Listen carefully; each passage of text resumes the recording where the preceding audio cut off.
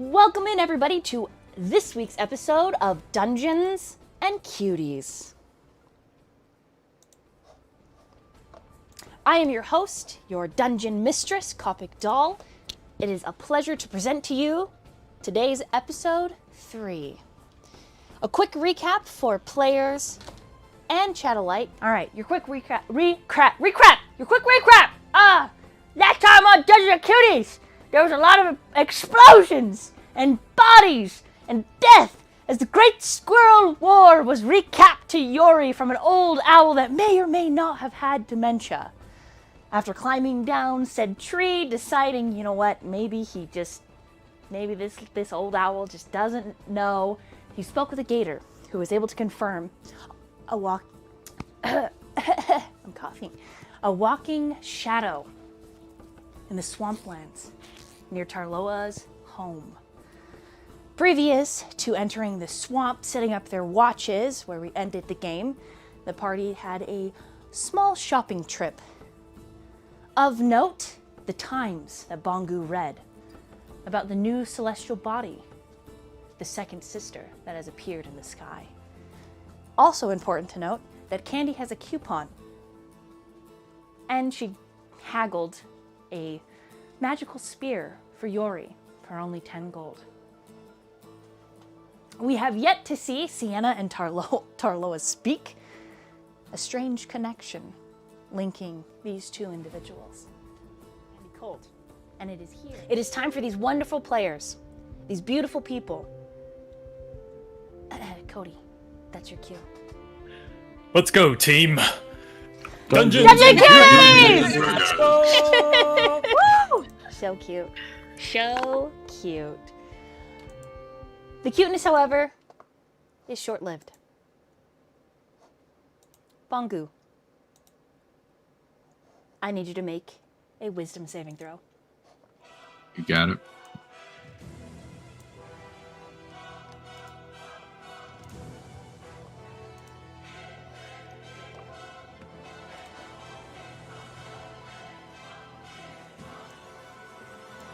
Uh, 7 plus 6, that is a 13. 7 plus 6.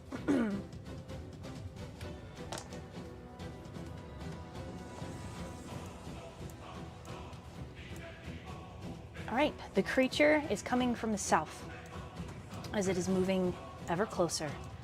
That orb that kind of acts as like a straight beam from the sun or the moonlight, turns towards your party where you're sort of sheltered up in the swamp, and you feel a gripping fear. You cannot move closer to the creature. You are too afraid. Your insides clench. You feel a shiver run down your spine, right up against your shell. Not far on your right, just beyond the firelight, is Candy. Candy, what's your passive perception? My passive perception is 12. What's your passive insight? It is 10. You think Bongu might be afraid.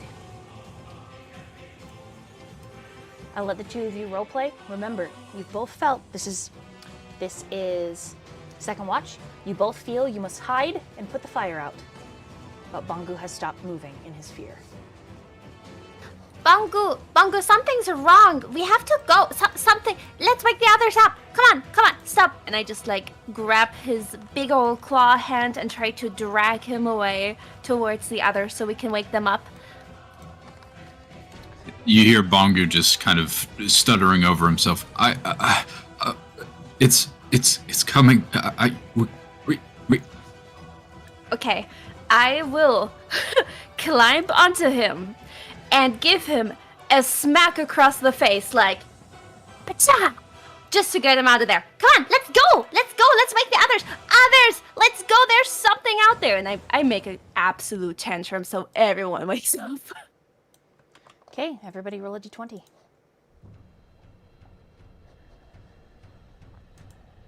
I just got a nat 20. I just got a nat 1. 17. 6. And that 20, you are awake immediately. The 1, she doesn't awaken. Uh-oh. However, the ruckus that you have stirred wakes the rest of your party. Yuri, Sienna, they're up. Tarloa's the only one who's not. Footstomper, he's up. But you've also drawn the attention of the beast. Is it?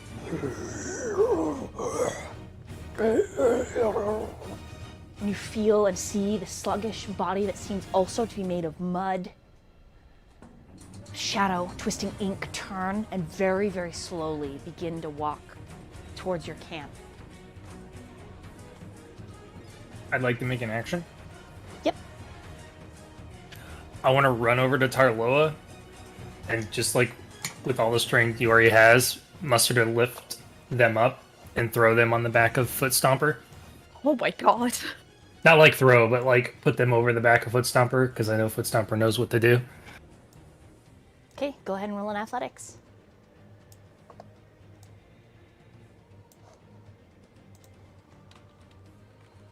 That is going to be a 18. 15 plus 3. But if you're trying to put... Oh, man.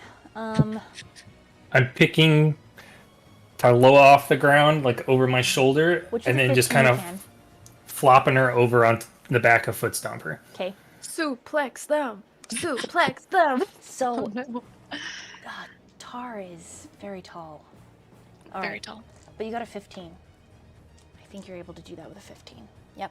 You lift Tar up. It's like you're good thing you're caked in the back, man, because you use all that squatting power to get That them up don't be strength. and then over. Foot Stomper lets out a screech as that creature gets closer.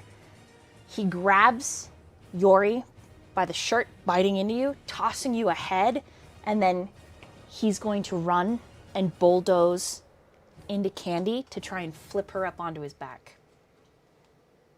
Oh, I very much let that happen. Thank you very much. Okay, all right, then that will make that an easy check for him. Yori, roll a dexterity, DC 8.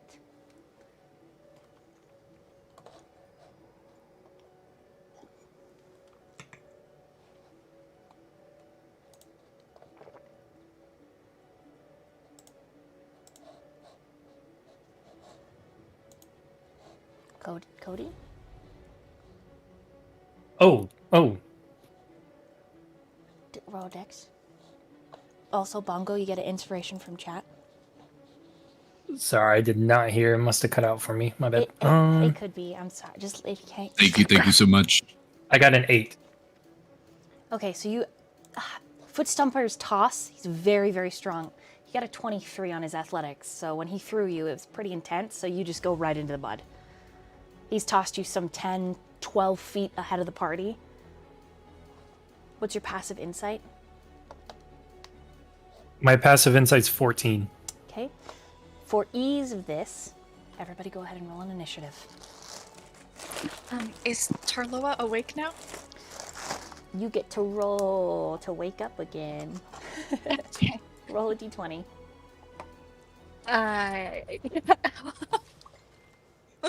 Oh no, Tom, what'd you roll?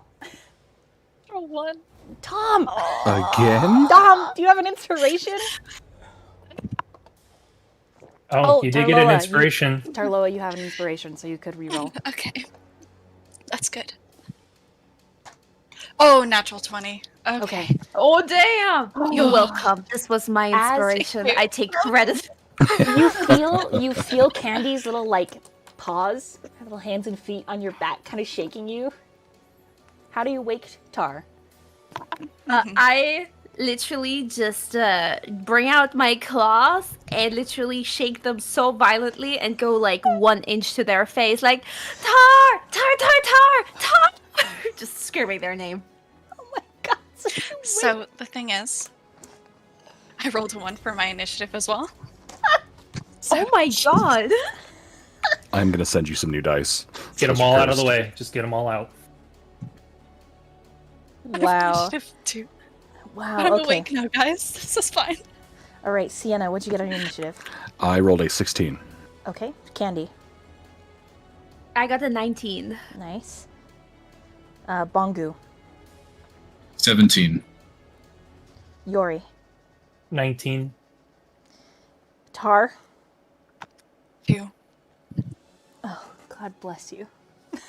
All right, between Candy and Yori, who has the higher dex plus? I have +2. I have +6. Oh heck! Oh heck! Okay, then that means that I have to do something as the first person, huh? Ooh. Let me get you on the map. Really quick, and let me grab... as I get you on the map, go ahead. What is something you would like to do? You're on the back of Foot Stomper. Foot Stomper is in the rear. Everyone else is in front of him. Bongu is between you and Sienna. I'm gonna drop you on here. Okay. Tar's now awake, so that's nice. Okay, I actually want to hop off from Foot Stomper one more time as we are in the back now, because I do want to hide underneath like leaves or vines, just blend into with the environment so I can pop out when needed. But yeah, I need to just hide. So I'm gonna just search for anything that looks nice and hideable under. Don't forget, your fire is still going. Oh, my fire's still going. Oh, heck, and yeah, I'll put that out then for sure. Just stomp on it. No, I let Foot Stomper stomp on it. Foot Stomper, please! I put it underneath his little hoof and just, yes. Stomp! Do it. Okay. Then I will go, he will go on Tar's turn, because he goes when they go.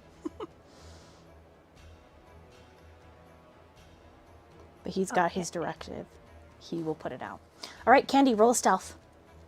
Alright, I have... If you can see on the map.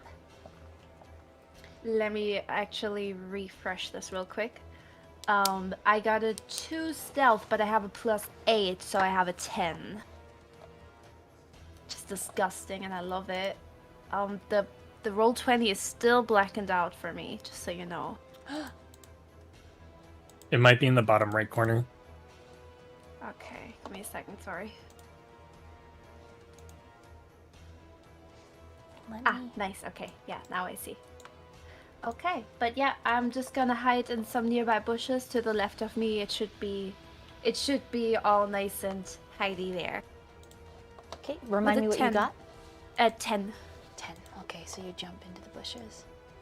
So I'm just gonna move you here. All right, Yori. There's an overwhelming sensation to run and hide. Okay, I think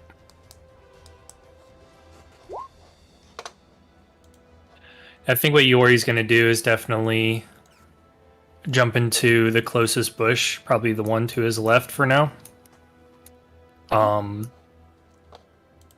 Yeah, I'm gonna move. Oh, I can't move any further, but yeah, I want to move right, kind of like in that bush area. Yeah, right there. And then I'm just gonna kind of like lay really low to the ground, but in a way where I can kind of still see the best I can of like what's approaching. And just hold. Okay. All right. Bongu. Yeah, I think that's all. So, with Bongu going through this, horrific experience of, and the feeling that's come over him, he's gonna just kind of back away, hands out, and just kind of stumble back into the bush or shrubbery behind him. because he's just right now terrified. Remember, I did slap you. I don't know if you're gonna get like an advantage on that, but I did slap. That's right. Go ahead and roll another wisdom saving throw. Okay, sweet.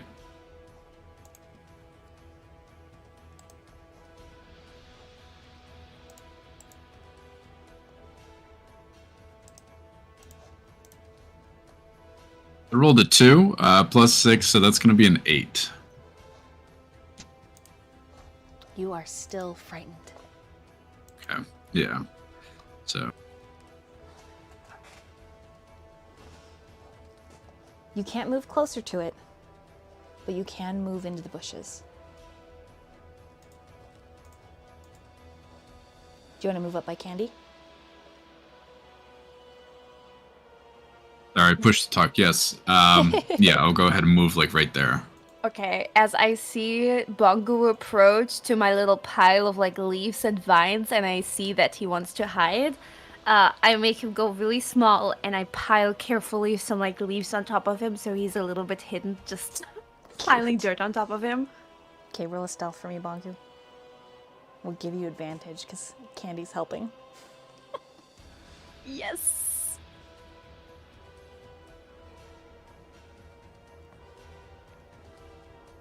15 plus, looking for my stealth stat.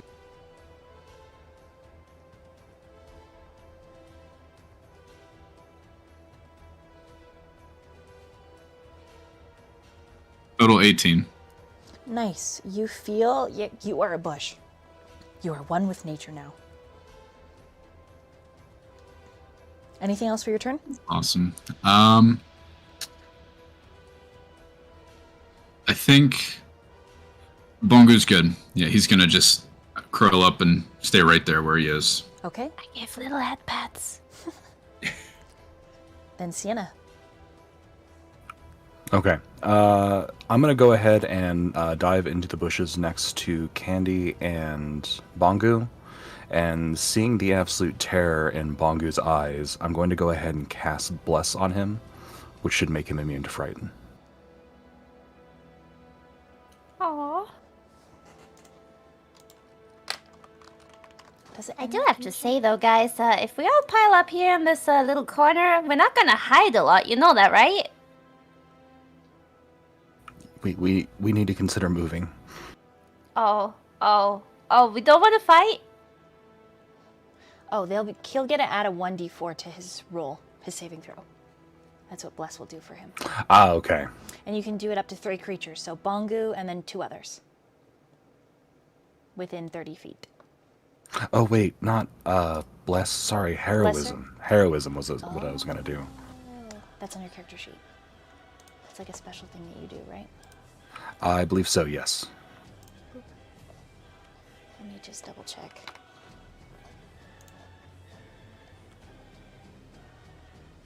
Or it might just be a normal spell. I think it is a spell. Well, let me see. There it is. Cleric Heroism. Alien creature is imbued with bravery.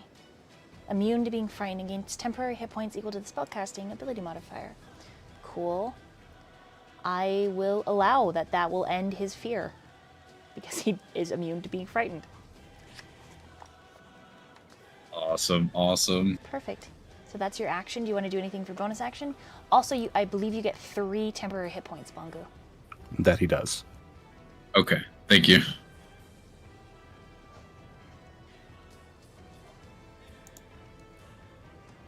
As for bonus action, no. I'm gonna go ahead and end it there. Okay. You can use your bonus action to roll a skill and make a stealth. Ah, okay. That's probably a good idea then. Let's see. 9 plus 2, that's an 11 total. Okay. All right, Tar. You are draped over the hind end of Foot Stomper. And the green Okay. glow is coming from the south. From the south. Okay. Do I have any idea how close it is? It's within 80 feet or so. Okay. So you can still see it somewhat through the foliage, but that orb that is its face has turned directly to your campsite. And it's slowly, like it's mucking through the mud to get to you. For you in particular, the green, it's not the same. It's a different glow. It's a different shade. Okay. Are there any fires currently set at our camp? Foot Stomper is gonna go put this one out. Okay, I'm actually gonna slide off his back and let him go do that. Okay, this is gonna plunge those of you without dark vision into the dark. So for Sienna and and Bangu, it's dark. Unless you look at the Discord stream, then you can see. Just so you know, that's part of the reason it's up. Right, Tar? Wouldn't that be cheating? No, I mean because Candy's right there. Okay. What I'm going to do then is stretch my hand out towards the creature. And I'm going to picture it in my mind for just a moment and close my eyes. And when I reopen my eyes, I'm going to go ahead and cast Hunter's Mark on it.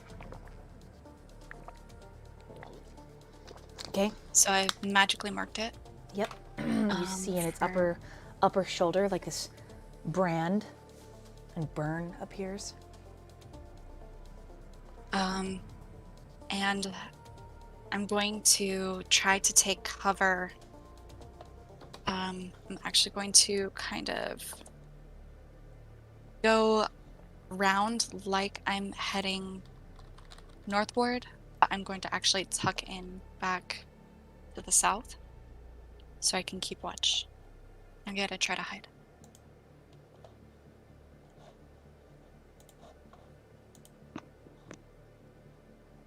Okay. You're gonna try and hide, roll a stealth.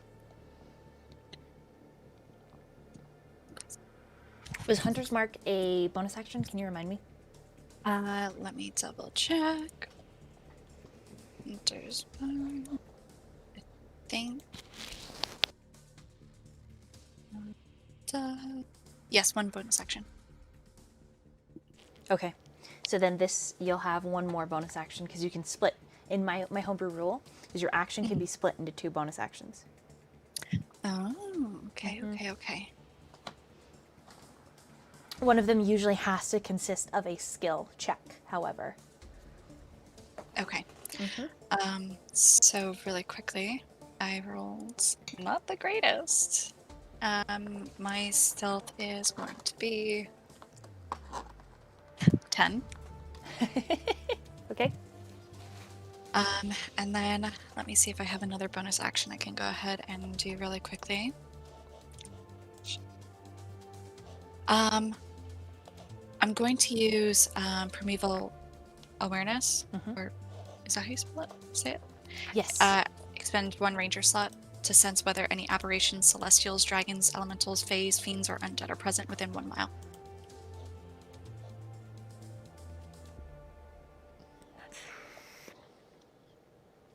Yes. This is definitely one of those. Okay, perfect. Thank you. Up to 6 miles. Oh, You oh, sense yeah. you sense a lot more than you were hoping, actually. Okay, just a shit ton. Cool. It's like putting out an echolocation for you, and you bing once, twice, and then you get this foggy representation in your heart and your mind that there is a lot, but no actual number or even location. But yes. All right, that is all for my turn then. Okay. Can you ping where you're hiding? Yes. Kind of like over here in this bush. Okay, let me move you. I had a fun time with all these things. Oh, and can I assume that Foot Stomper's gonna hide as well, or do I need to like him? Oh, he'll hide. He's just putting the putting the fire out. I've got him. Don't worry. I got his little stats. Perfect. Thank you. Okay. Let me grab you. Put you here. And Foot Stomper actually is gonna come into this bush. You guys ready for this? Yes. It comes into I view am. very slowly. More or less.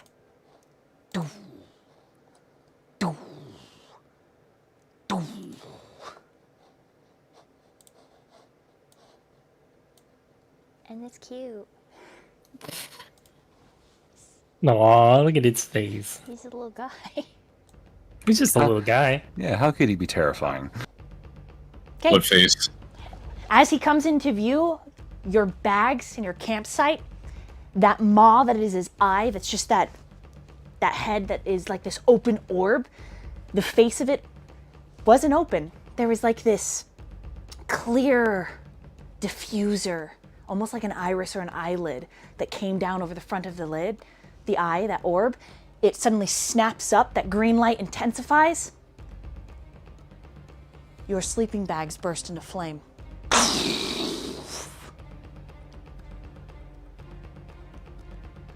Would you like to trust your stealth checks or would you like to run? The choice is yours.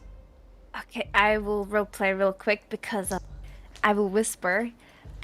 Hey, guys, I know I said I wanted to really fight this guy, but I don't think that might be a good idea. Do you actually want to get out of here?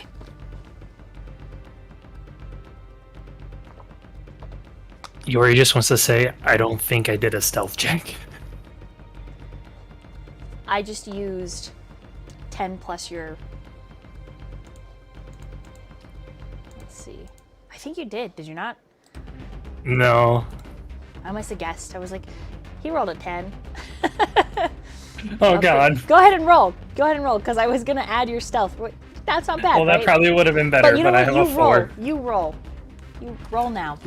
Let me use an inspiration, because I rolled a 4, because there ain't no way.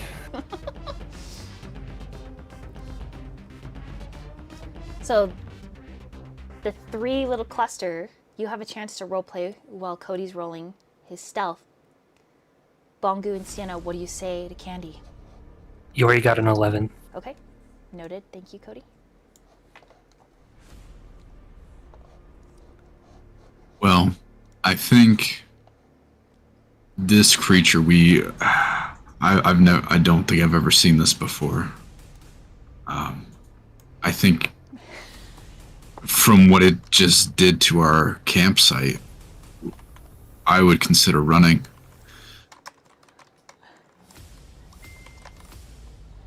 I agree. I think we need to get the hell out of here. Okay. So, does anyone have a torch? Maybe we can light it and throw it really far, and then we run into the different direction. What about that? I can do something similar. I can light something up, and we can throw it in a different direction like that. Yes. Do that. Do I see any like rocks or anything solidly throwable nearby? Let's see if I can find a stone on the. How do you make a stone catch on fire? How does that even work? Oh, so I will just be casting light on it. So it should illuminate and Go ahead hopefully will and roll. catch their attention. What's your passive investigation for your quick look around? 10. And Bonku, what's yours? Good question. Checking. Dungeon Mistress, I have a question. Yes. Where's Malia in all this?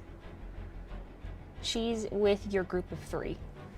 Okay, Yeah. perfect. Thank you. Yeah, I rolled for She- her, but she doesn't have a token. Gotcha. She backpacked onto Bongu. Passive investigation for me is going to be a 10. Okay, so between the 2 of you, you find one. Woo! Okay. Put a. Can you start to throw it and then cast it, or do you have to cast it right away? I don't want our location to be given away. We have to really hide it. Or, ooh, Sienna, block it, block it. Yes. Cast it and block the light with your body. She kind of stumbles over her. She's like, "What? Block what?" The light! Cast light! So I do have to be touching it. So I will try to cast it as I'm releasing the stone. Okay. Um. To throw, roll in athletics. All right.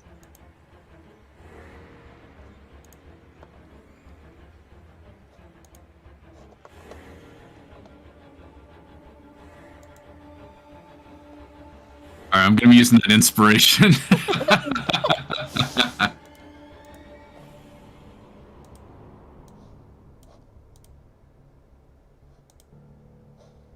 That inspiration came through. Nat 20. Damn. Hell yes. Okay, where do you throw it? Actually, let me roll a percentile, Bia. So those are your 2d10s.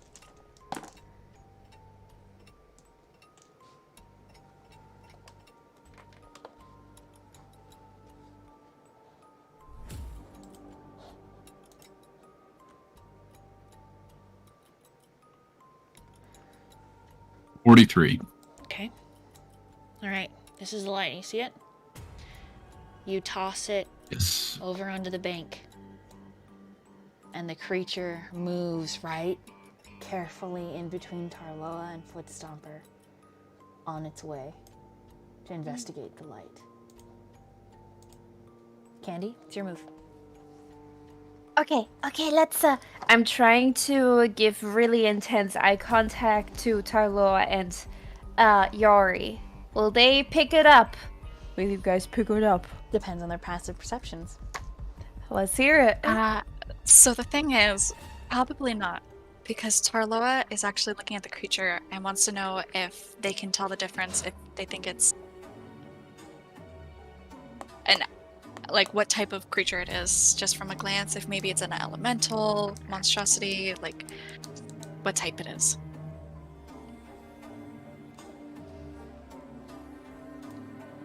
All right. So they don't see you. What do you do, Candy? Panic? I can't just like run away without Tarloa, but I assume they will kind of like figure out that we're gonna go. Yori, what's your passive?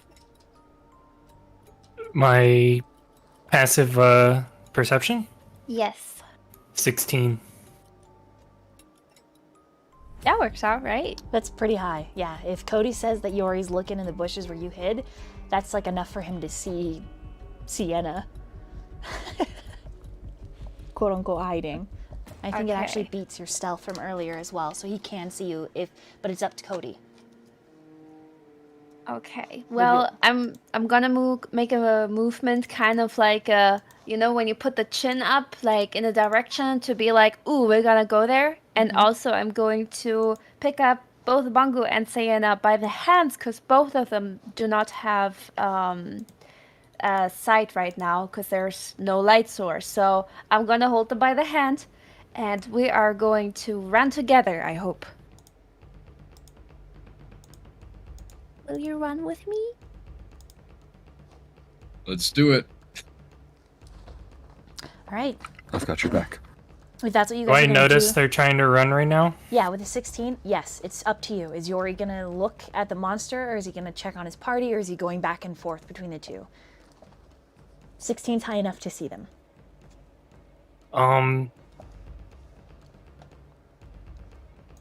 Yeah, I think Yori's he's gonna scurry and run with the party. Okay. Go ahead and move your tokens. Your movement. Oh, wait, let me get you out of the... Okay. My movement. I have 30. So yeah, we could go this way.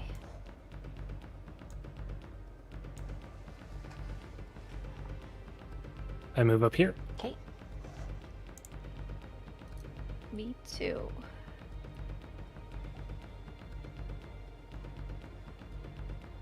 And I got you by the hands. You're not gonna trip. Candy got you safe. My hand is like firmly on Bongu's shell, just like so I know where he is physically in front of me. Okay. Yeah, I don't think I would allow you to hold my tail. That's okay. I'm gonna count that as everyone's turn. All at one. You're just rushing forward. Is Sienna underneath someone? I think I might be. I can't quite see my token, so. Here. This is how it is. Okay. All right. Tar.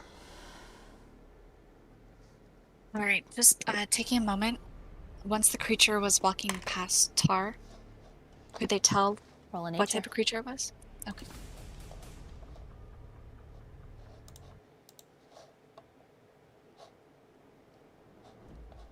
Uh, 12. You aren't sure. Okay. All right, It I'm doesn't going to... move naturally when it walks past you. Where it should have hip bones, there's open sockets, space, and then muddy tendril-like legs that shamble more than actually step. Okay. I'm gonna sneak over to Foot Stomper and try to make sure that the creature doesn't turn around to look at us and kind of sneak out of the bushes back to the path. Okay, roll a stealth.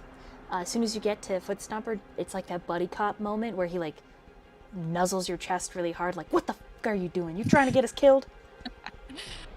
Perfect. Sounds about right. Oh my god.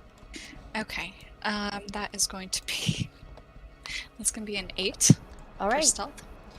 You get here, you trip, Oh, and the God. creature turns around. Foot Stomper bites you in the ass. You take 8 points of damage, but he drags you to the party. He is whinnying and freaking out. This creature, its legs begin to rotate like they're wheels. The tentacles... It is now full on chasing you. You may move your tokens, your full movement, but you must make a survival check as the face is blasting. If you get within 30 feet of it, you feel you will taste the disintegrating fire.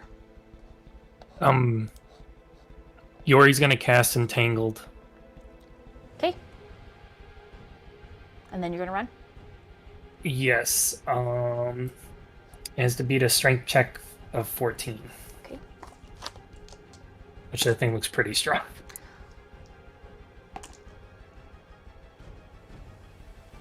All right, chat. It's your chance to play. All right, well, let's go, right? We just gotta run. You gotta run. Chat, does this thing have disadvantage? Yes? Or no?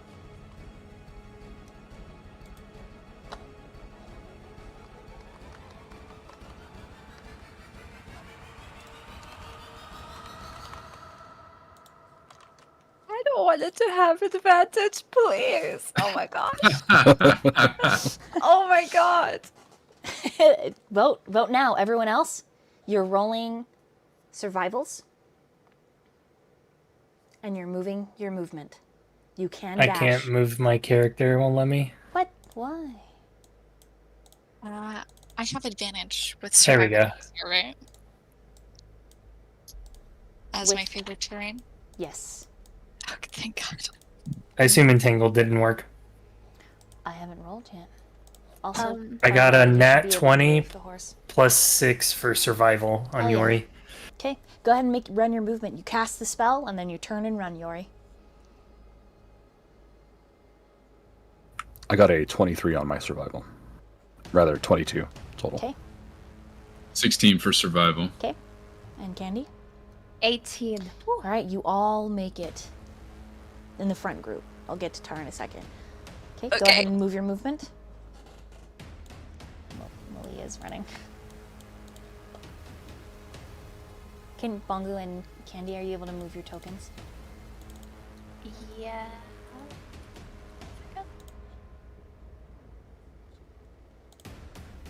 Okay, I actually want to use feline agility, which makes me run 60 feet, so 30 more.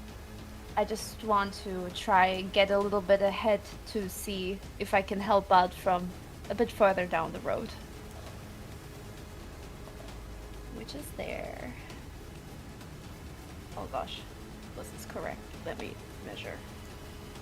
One more. Okay, here. Okay. So, ooh, I run to some ruins. The entrance of which is collapsed. But you believe these may be connected to the ruins you were supposed to investigate. Ooh. Okay, and I'm going to go down to Tar, then I'm going to come back up. Tar, what'd you get? That is a 16. Okay. The creature calls your name.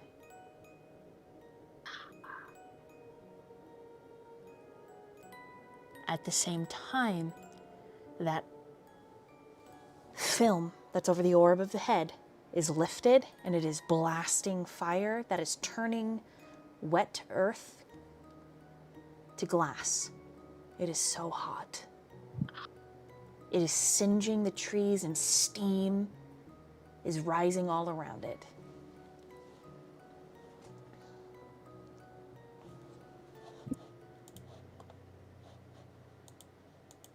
Okay.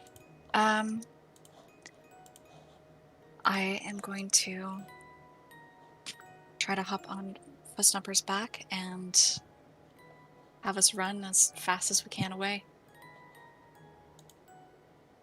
But I think instead of following the party and bringing the monster closer, I'm going to change directions and curve off to the right to lead it away.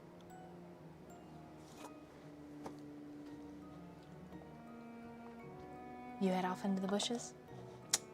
But I want to make sure that it sees us.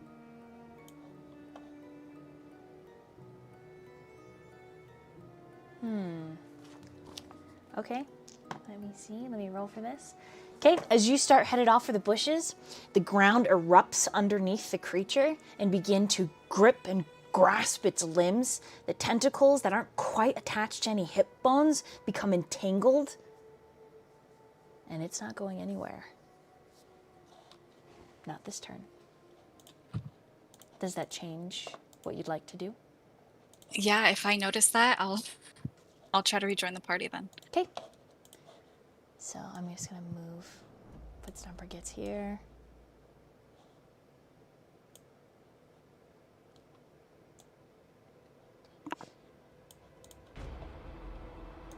Okay, He has a speed of 60 feet, so he is fast. he's way up here. And he's like whinnying and he's stomping and he's coming back and forth as if he's trying to communicate but can't quite. Okay, I'm gonna just do this in turns so that everybody gets a chance. We're gonna start with Candy.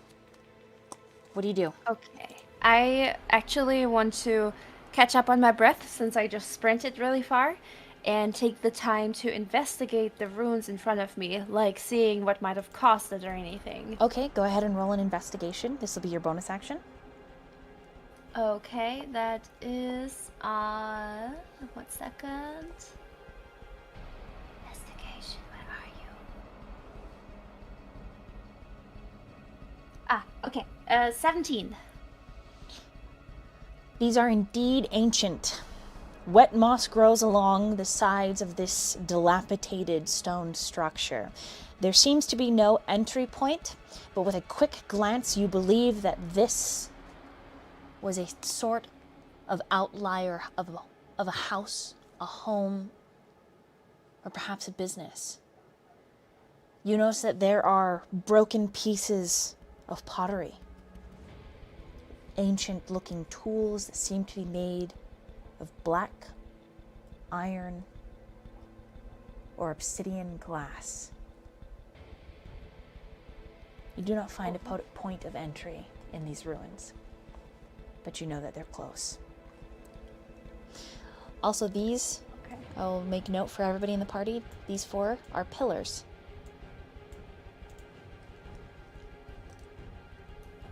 Okay. That is it for my action then. That's your you have another bonus action if you'd like. I And do you have can another. move. Okay, well, I don't want to move because I want to get my feline agility back. I'm just catching up on my breath so Gotcha. I can sprint Okay. real far. No, I'm gonna. This is it for me. Okay, perfect. Yori. Let's see. I think Yori, because he sees that he got the creature entangled. Let's see. It's a concentration, so I can't cast another spell. I think he's going to continue running, but he's going to stay just enough to still assist people if he needs to. I'm going to get right next to Footstomper. And I'm going to hold my action. Okay. I think that's all Yori's going to do. He's trying to maintain or contain the beast as much as he can. You hear it growling. And it doesn't sound like it's getting closer. Bongu.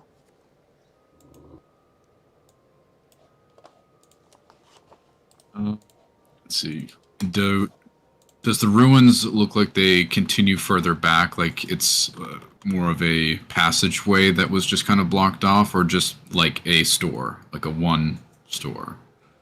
You'd have to move up and investigate. Okay, I'll go ahead and do that. But well, of course, I'll need somebody to guide me because I still can't see. Or, Right? You're kind of at a disadvantage. I certainly am. Need to take a look here. With my passive perception of 10, do I see that Bungu is trying to like find the way? Probably everyone that can see in the dark can tell that Bongu's like feeling. But Sienna has I would say Sienna's probably right here. She has a hold of his shell. Okay, actually it's 12 perception, and since I see that he's really struggling to find the way, I'm just gonna do like a little, not super loud whistle, but just like a little, like a, like, I can't whistle, so just please imagine it, okay? Like, yeah, thank you, that one. So, that one, so, you know, he knows the direction at least, and Sayana can follow. You should just meow. Yes, meow. Meow. Meow. Meow. Meow. Come here. That's so much better, thank you. All right, Bongo, that will count as a help, and you won't have disadvantage to move towards the voice. Okay. I will gingerly walk over there. And if I've already cast light to throw the stone across the river, can two things be under the touch of light at the same time? Or would I have to... I don't believe so, but you did hear the creature and the ground breaking underneath it as it was like ensnared. You heard that happen. Okay. Gotcha. Indicating that it's getting loose or it's getting entangled. What is your passive insight? I'll base it off of that. Passive insight is the 10. Really? Is it? For a cleric? Double checking. It's a 16. Passive insight. Oh. Yeah, Okay. You're real good. Yeah. Don't worry, I got you. Okay. With a 16, it is absolutely entangled. You can hear its growling, but the sound is far off. Okay. Gotcha. In that case, I am going to cast light again when I get up to the ruins so that we can, well, those of us that don't have dark vision, take a look at it. Okay, go ahead and pull out the torch. Okay. And drop it on the map here. Anywhere in this area. If you can. This is also me testing to make sure you can pull it. So just grab it by the name and pull it out. Ah, can you see? Yes, yep, I see that now. I just need to move it in the right spot. Perfect. And then you can move yourself up your movement.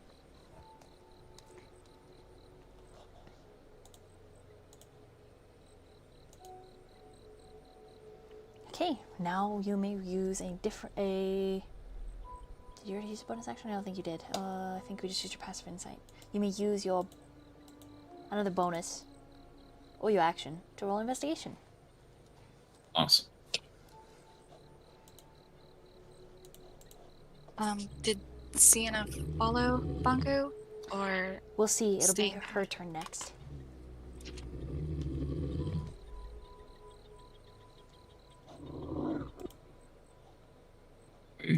Insight is 15. You think this just might be an outlier, but there may be more around. It's hard to see through the dense brush.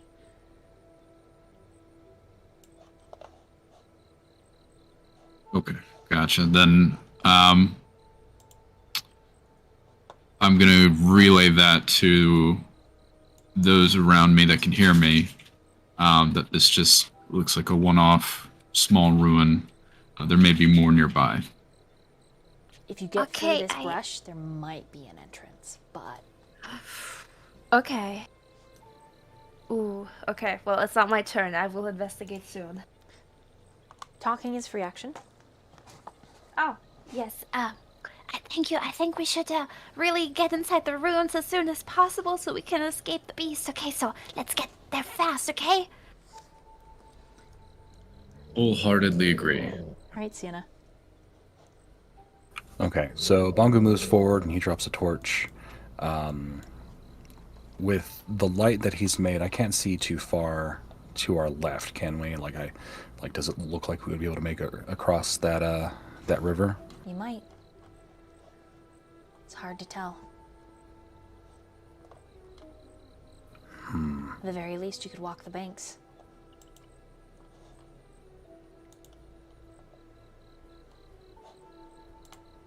Thinking. The creature's growls are growing more agitated. Yeah, I think getting into the brush is probably the better idea. That will at least give us cover.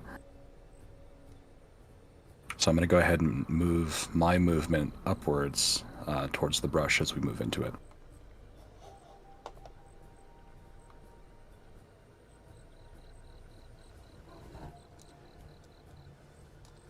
Okay, And that will go ahead and end my turn. Bongu already went.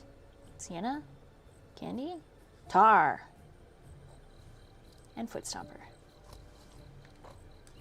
Alright, so because I'm particularly adept at traveling in the swamps,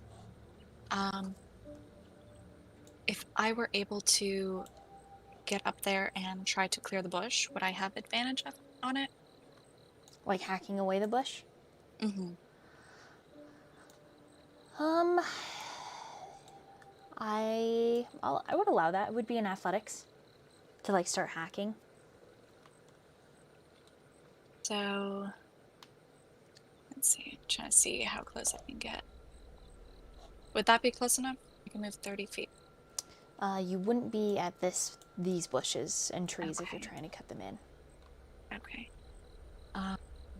So let's see. Won't be able to get close enough.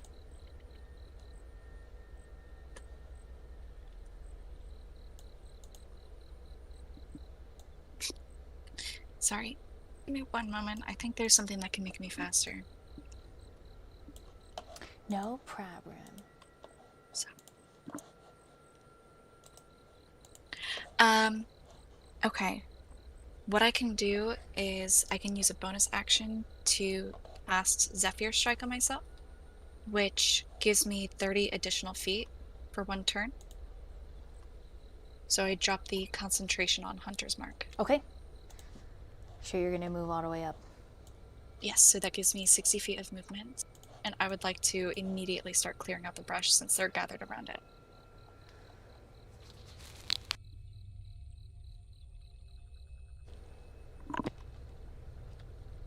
Okay.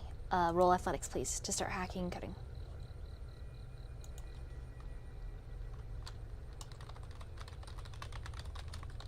And I don't remember, did you say that I might have advantage or no? Yeah, you do. You do have advantage. Yeah. So first is 19. Let's see if I can get in at 20. Damn. Yeah, so 19. Did you? You didn't move on the screen for me. Oh, I think I know why. Okay. The fire moved instead. Alright. Okay, so you start hacking away. Mhm. Okay. Alright, then I'm going to move up the map. As you are hacking, you do indeed see that there is another entrance. Just the sloping of this lumpy, broken down rubble. Everything's slick and wet.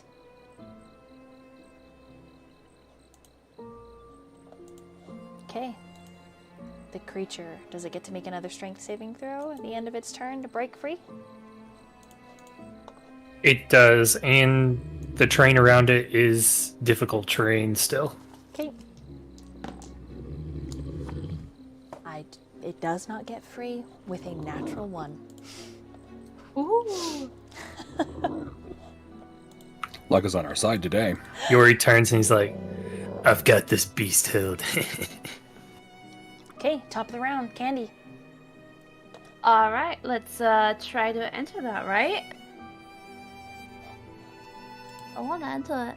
On this side? Oh, it's not Sorry, pink. you cut out what? Right here, can you see where I'm ping? Yes, yes. You gonna try and rush to the bush? Yes, I do. You 30 can. feet here. Alright, then let me move you.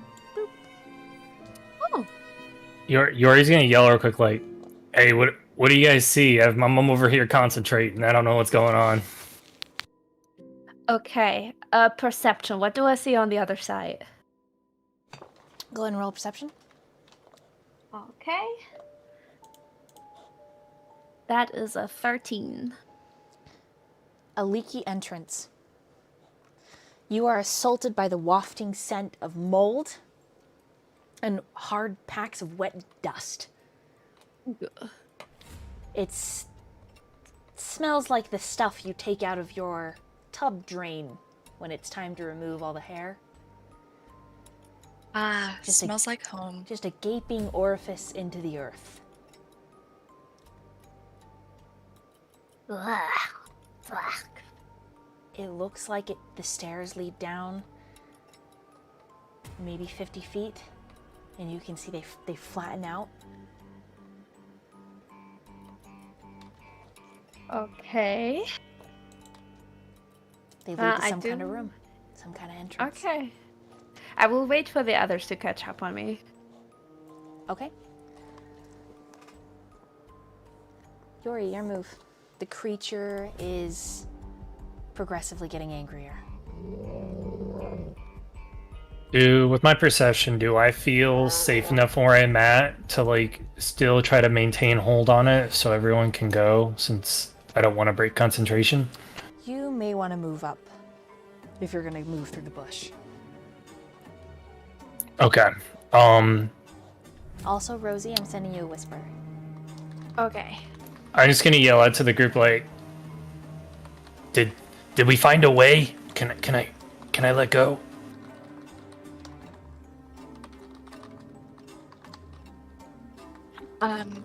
Tar is going to take a moment, just quickly. I don't know. I wouldn't let go, but start walking towards us. All right. I can only go a few more feet. I'll be out of range then. Go into So- their spell drops.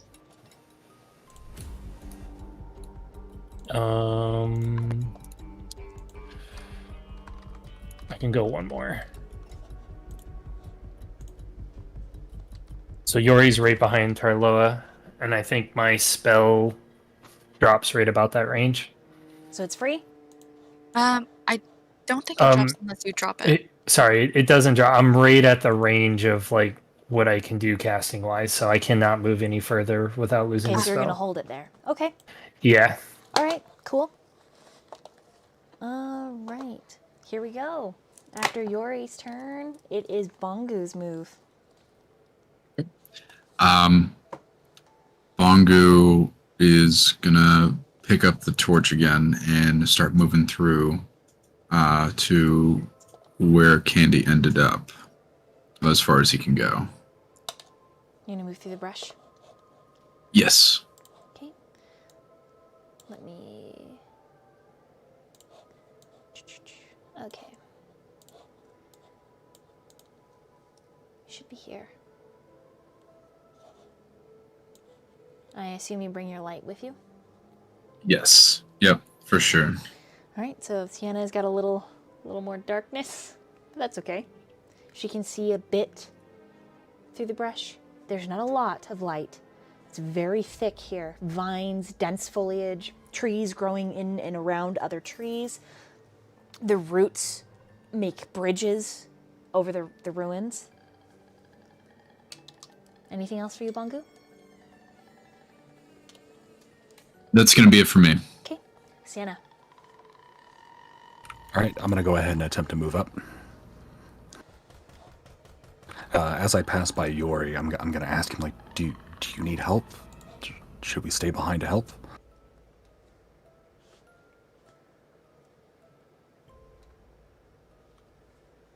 Yori. All right, I was replying to Jackie. No, I should be good. After everyone passes me, I'm letting go. I'm running. She nods.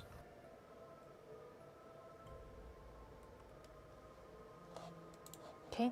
So Sienna, I'm gonna move you 30 here. Ah, okay. Tar. It's your turn. I'm gonna make sure everybody comes through. So I'm gonna make sure Foot Stomper comes over. And I'm gonna go as soon as Yori seems like he's ready to. Okay, so you want Foot Stomper to meet you on the other side? Yes. So I want Foot Stomper over there already. So you're gonna hold your move till Yori goes. Yes. Okay. Candy, you're still waiting for everyone to get over to you? Yeah, I'm holding my action until everyone's over there, and then I want to talk. Okay. So I will just hold your action, then Yori.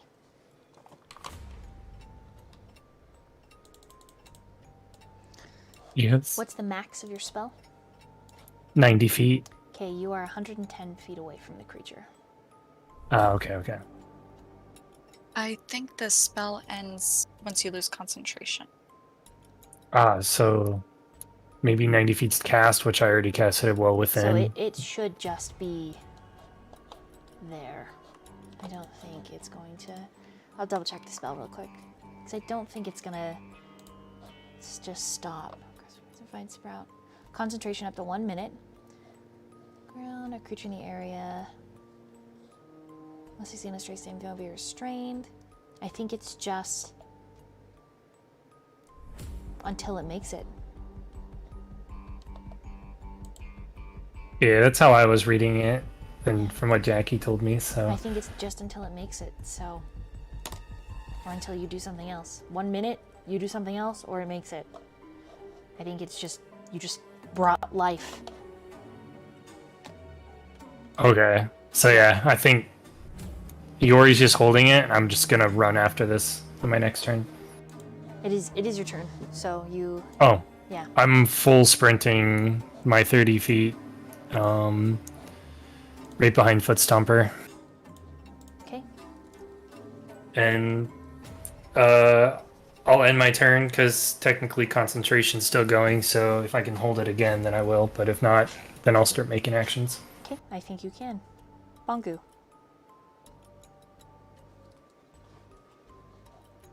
You want to move yourself and your light at the brush? Yes. So I'll go ahead and do that. And yeah, get us some more light. I think I'll go a little bit to the left to kind of get the bank encompassed a little bit. Start looking over that way. Yeah, I think that's a good spot for Bongo. And from there, I'm just watching to make sure everybody does come through the brush. All right, Tar, your move. Yeah, I was trying to move Tar, but they are immovable. There's a wall there. You want to move through the Oh, brush? uh, uh, uh, mhm, yeah. Thank you. I was trying to go like, I think it was like right here was as far as I could go. Perfect. Thank you.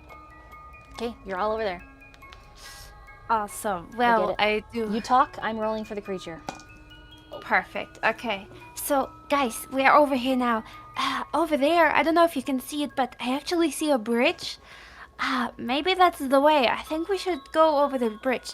I think the creature is so big and beefy, I think it would fall on the bridge. So we should be safe. I agree. I did see the beast cross the river just moments before. Oh, He can cross it very quickly. Okay. Well, I thought like, it would like go on the bridge and then we can like cut it and then it will fall into the water, but you don't think that will like make it drown? No, I don't think so. I believe we should just make use of the bridge to cross the water quickly and get out of here. Are these not the ruins that we're next to? I thought we're in the ruins. No? Did we just pass through?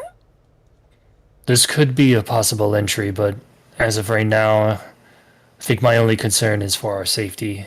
We could always return once we feel the coast is clear. We could also, now that we have a little bit of the advantage, we can hide, make sure everyone turns off the lights, stays quiet, and wait for it to pass. Is there So we don't space get enough lost. inside for all of us? I'm not sure, but there's tons of bushes. Well, I guess we could hide, sure. But what if it smells us? Or what if it like senses our presence? As you are talking, there is no more monster sounds whatsoever. It is just silence. I think it might have gotten Guys, loose. I don't hear it anymore. There's no forest sounds either. Oh no. Ooh, It's too late. eerie. It's next to us. It's awfully awfully quiet. quiet. Are we allowed to move, DM? I had a spell ready. If I can cast. What do you want to cast? Pass without trace. I'm gonna quickly tell Bongo, turn off the light and hide in some bushes. So We're not gonna be able to escape. Bongo, pass. go ahead. Sorry. I was gonna say pass without trace is I can cast a veil of shadow on me, and anyone within 30 feet of me gets a +10 bonus to stealth checks. Oh, Oh, hell yeah. that means I have plus 18 total. Jesus. Holy A cow. creature receiving this bonus leaves behind no tracks or other traces of its passage. How long for? Concentration up to 1 hour, so I would not be able to do anything while holding it. Damn. So I think Yori's going to cast that in this moment just out of fear because he was saving it for like a last resort. I think everybody should hide now. Okay, so you cast the spell. Everybody roll a stealth +10. And give me just 1 second.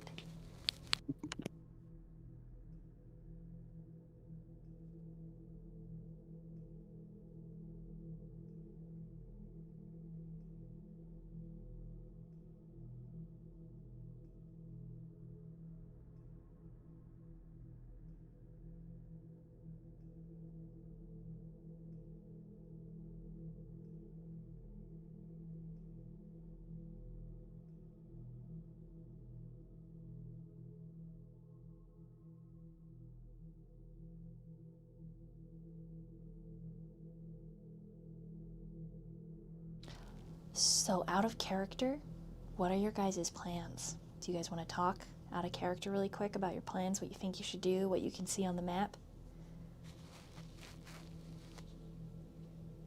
Hello? Yes. Oh. Yeah. Tar definitely wants everybody to keep safe, especially knowing that a lot of creatures here, this is their home. They're used to moving in this terrain. There's not going to be a huge chance to escape. So they're just going to make sure that everybody's hidden and safe. Yeah, I think casting that spell, Yori's going to say at this point, I think we're committed. We need to hide. And just find the closest bush with that spell as everyone gathers around me. And the last thing Sienna would want is for anybody to split up in the darkness here. It's bad enough that we're being chased.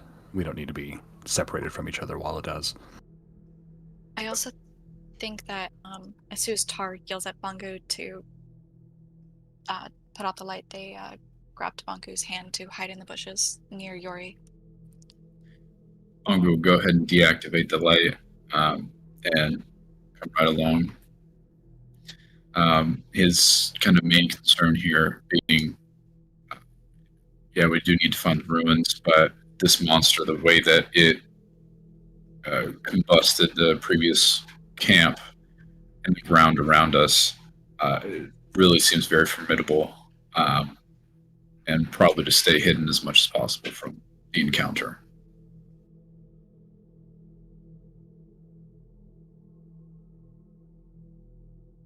Okay, what did everybody get?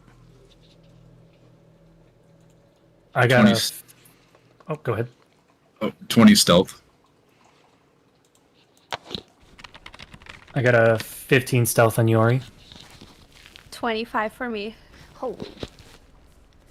24 for Tar, and 31 for Footstopper. Yes. And Bongo. Sienna rolled a 28 total. Oh my goodness.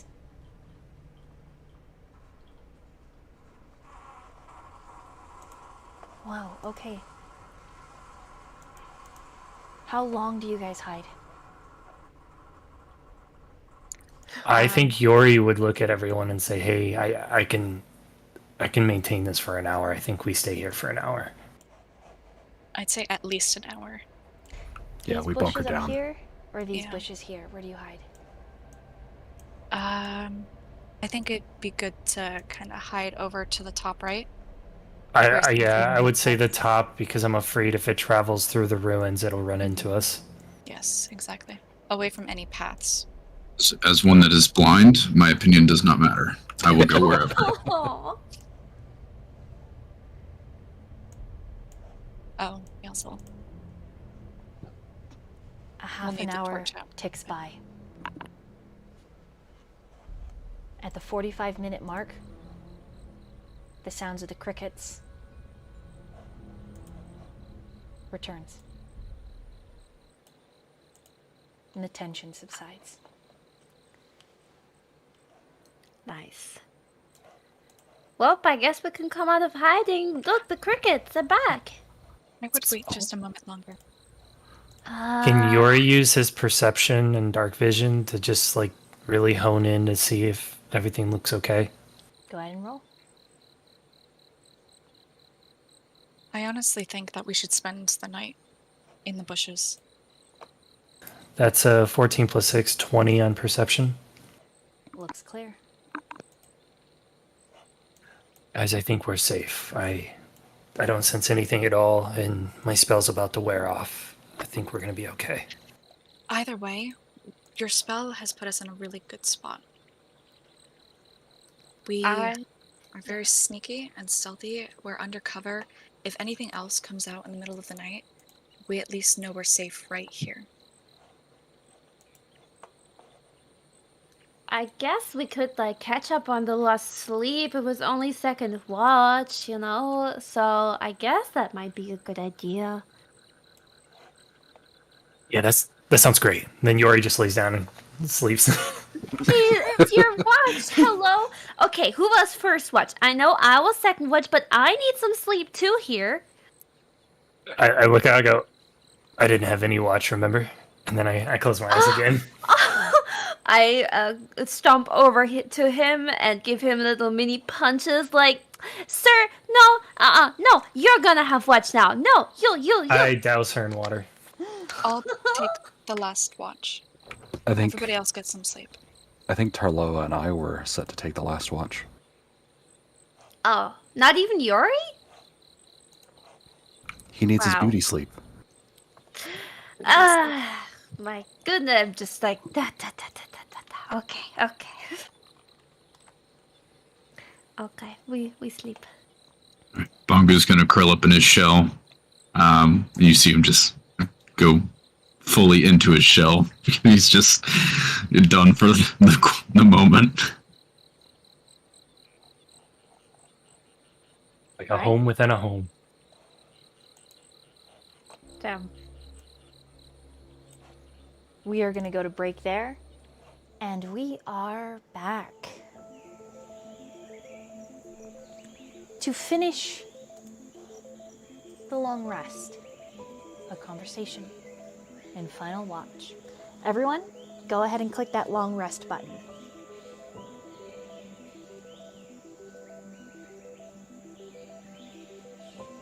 Tarloa, Sienna, roll perception.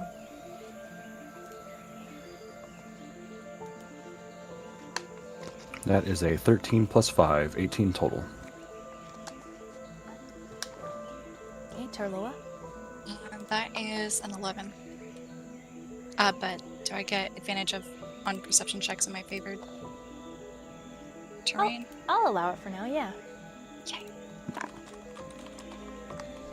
Anytime I can, I'm gonna try to get that advantage. 13.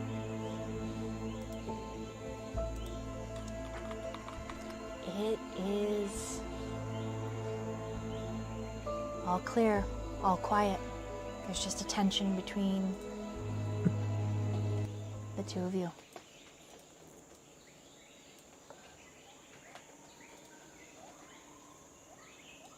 Sienna's going to break the tension by speaking first, not looking at Tarloa, just keeping watch, looking over the trees and the brush and the grass, says to Tarloa, "What are your intentions?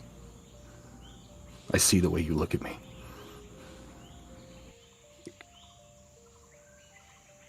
With just quick glance over their shoulder,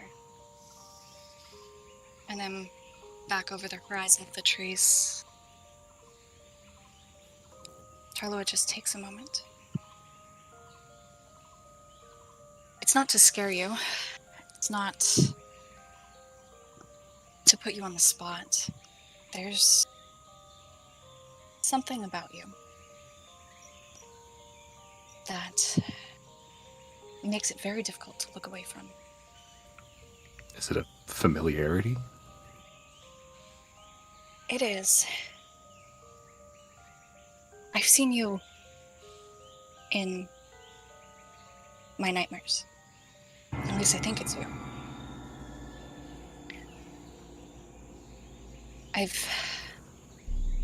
My people, my clan, we believe that dreams and nightmares, they're a sign in your life, and sometimes a warning. And when you approached me in my nightmare, you had an energy, a light.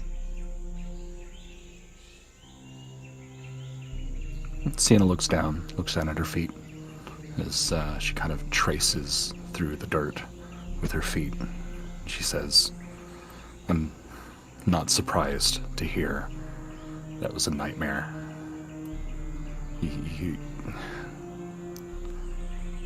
I don't believe you have any ill intention towards me, but you have to understand, I am a hunted person, and my being here, my being with this group, and with Yori as long as I have been, puts them and you and all of us in unspeakable danger.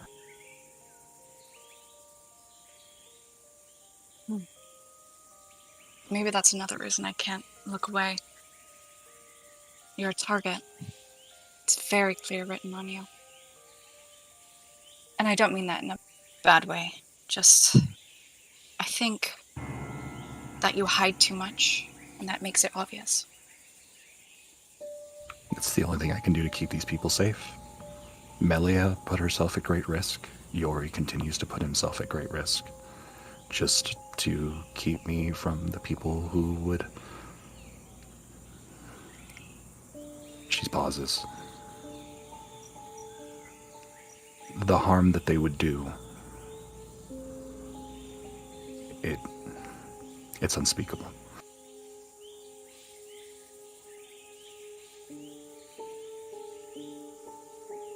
You know, I understand wanting to keep people safe. But I think, as much as you try to hide it, I can't be the only person to notice that there's something different about you. I think the more you try to hide it, the more obvious it becomes. And I think that's going to get your friends in danger.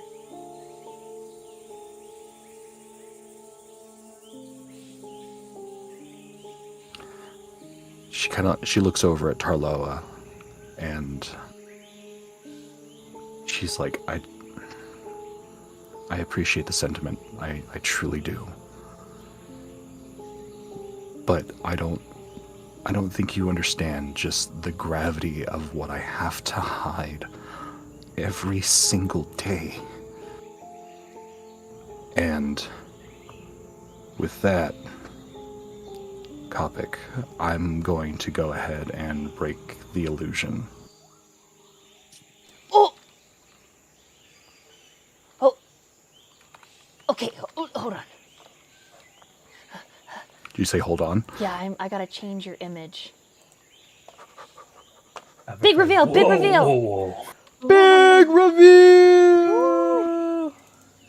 Okay. So you look at Sienna and not much of her form has changed, but what you do begin to see forming out of every piece of bare skin, her forearms, her face, these black crystalline salt structures tearing through different parts of flesh, going in and out, jutting out in strange and anomalous ways.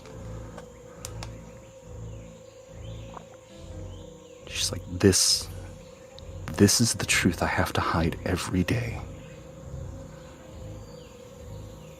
If people knew what I was, and if this got back to those who would find me, or who would want to find me,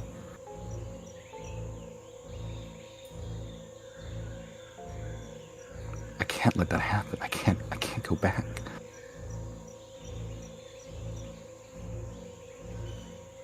Merloa fully turns to look at Sienna and takes a few steps closer, slowly, and try not to show too much emotion, but you can tell that they're listening. And they walk up to Sienna until about a foot away. And is looking at the kind of geometric patterns jutting from Sienna's skin and kind of that aura that has now appeared.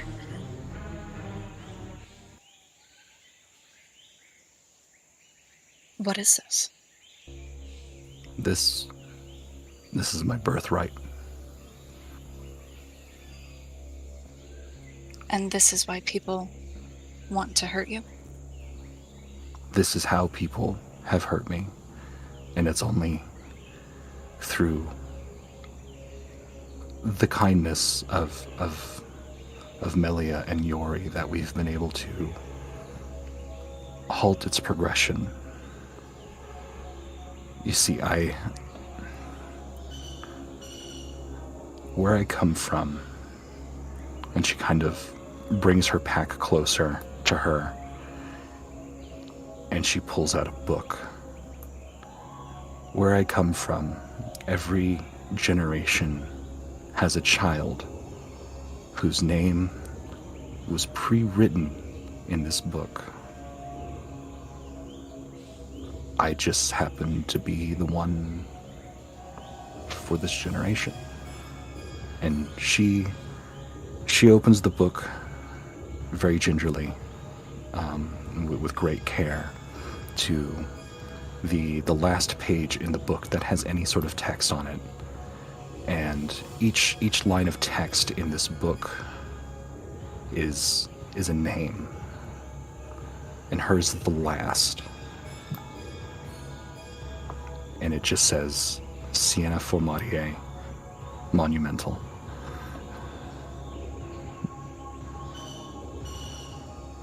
My birthright is to die. If Melia had not taken the risk that she had taken to get me out of Harna, this plague, this fucking disease that radiates through my skin would eventually overtake every portion of me. I would die. I would turn into a salt sculpture, and I would be the monumental for that generation to watch over the village.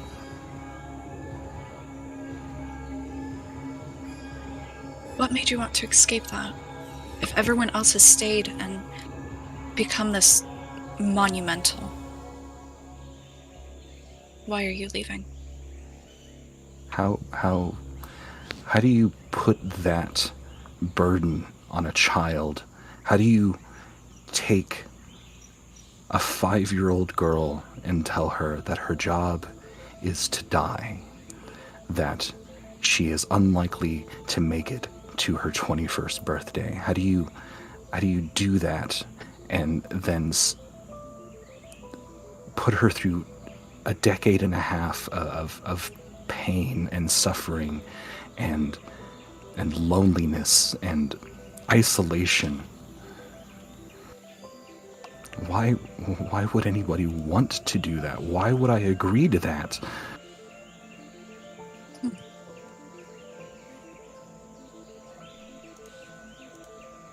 You hear from Malia's sleeping bag. You don't. Easy. You don't put anyone through it anymore.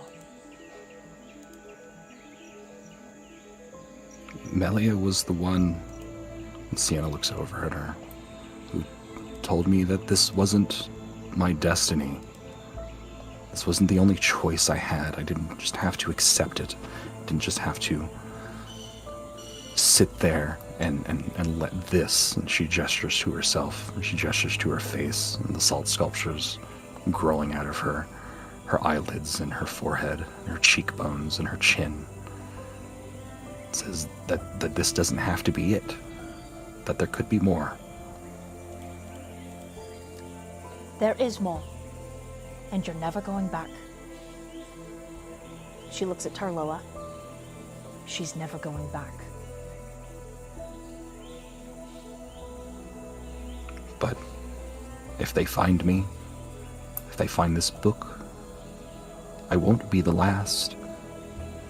I will just be another name in the book. And when I die, another child, their name will appear in this book, and the cycle of cruelty will continue. You not destroy the book? I could. But it feels more fitting to deny it to them. And who's them? Who is after you? The village I'm from, Harna, the Harnatic priests, they call themselves. They are the ones who oversee the process of the monumental, the selection of the child by scrying the book. They believe that it is the duty of the monumental to, through this sacrifice or my actions as the monumental, are what gives the village prosperity and health and safety.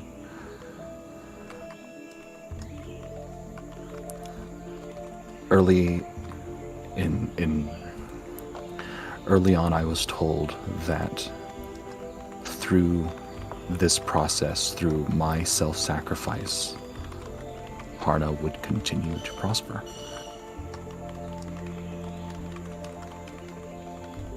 That's just another burden to place on a young mind. And Melia taught me that not only do I owe this to myself, to fight and live, to escape, but to every child that could come after me that would have to go through this same process.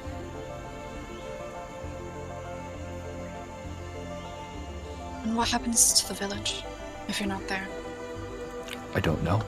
And at this point, I have a hard time caring. And why should I? It's not like my parents did anything to stop this. They thought it was an honor.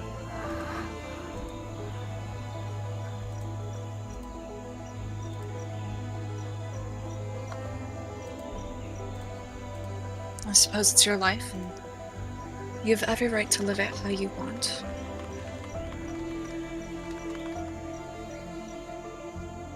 I don't know what the repercussions are of my leaving, but repercussions be damned. I'm never going back. And if my taking the book prevents another child from having to go through this in 15, 20 years, then that's the only thing I feel is right. Topic, I have a question. Mm-hmm. Seeing now the markings, hearing the story, have I heard of anyone searching for Sienna? Have I heard of this description going through to the tap or anything? Any of the boards? Have they put any bounties on her? Yes. 50,000 gold pieces.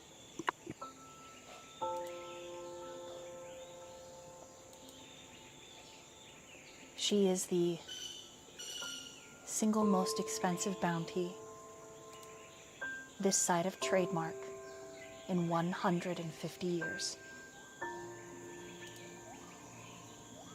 And with that, Sienna's going to reinstate the illusion.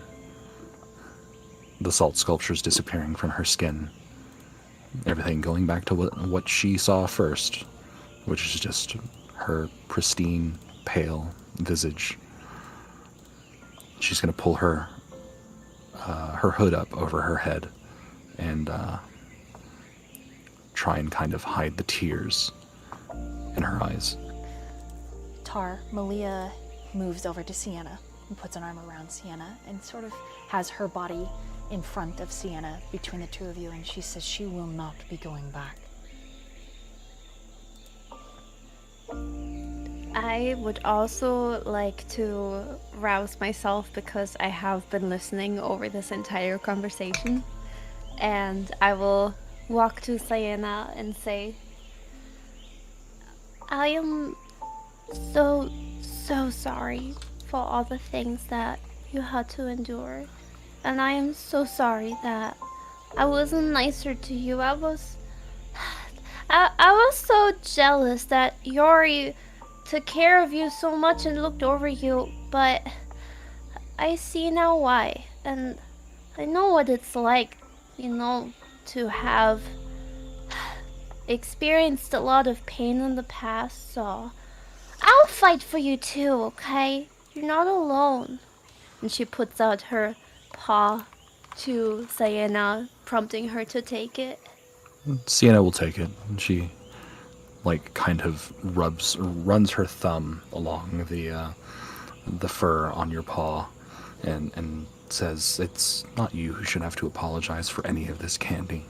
You didn't know, and that was partly by design. But it's I who should have to apologize, just because of the danger that I know that every day I put every single one of you in." And her eyes kind of glance over Yori, snoozing away happily, and Bongu tucked away in his shell.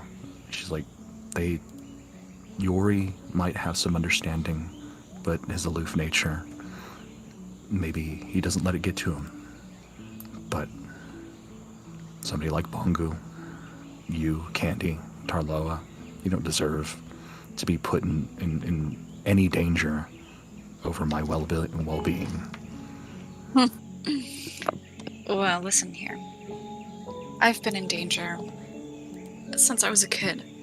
My clan believes in throwing your children towards the wolf and see if they can fight for themselves. This is nothing new. It's just a different type of job. Tarlo is gonna kind of look down at the ground and feeling surprisingly guilty and turn away from the party and keep looking around, make sure there's nothing nearby.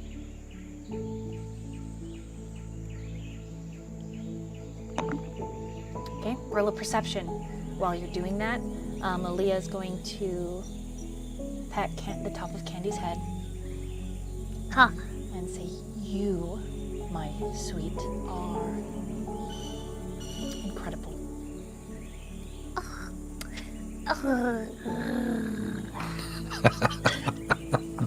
And you, she looks at Sienna, very brave to show Tar. She was going to find out eventually. And she's thus far shown her intentions to be true. In the greatest of danger that we've faced over the past day, she's done nothing but selflessly throw herself at every encounter we've been put through. She seems trustworthy. She cups your cheek, and I pray by all the stars that you are right. Now, I'm going to go have a talk with Tar to make sure that your inkling is true. And if not, she grabs both of your hands. Sienna, I will raise nations for you. Man, she's gonna be crying pretty hard. Like, just tears streaming down her face at that comment. You She will says, "Thank you." You will never return to that village. Thank you. Then she pats Candy's head and gets up and moves over to Tar. What'd you get on that perception, Tar? 22. It's clear. Your senses are very acute when Malia walks up to you from behind. So now you know. What will you do? Once we get back to town, I have to figure out how to get her flyer off of every bounty board in the city. There's no image, simply a description.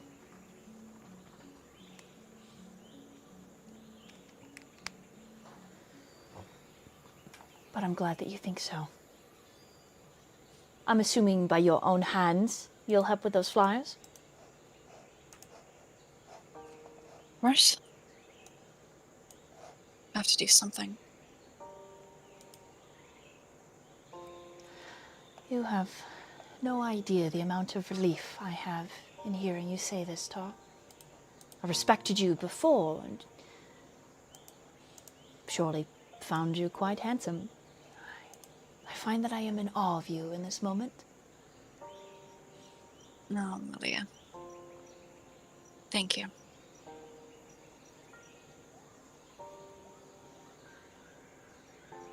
It's very conflicting for me. But you know I never go after bounties that aren't actually guilty of anything. You're a good person.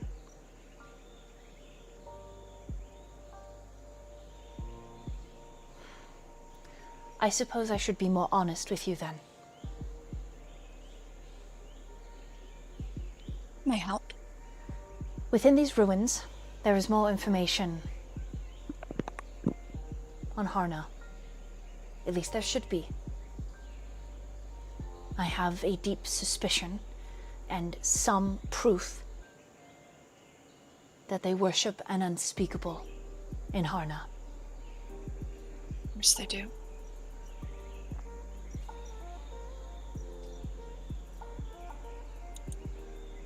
How many priests?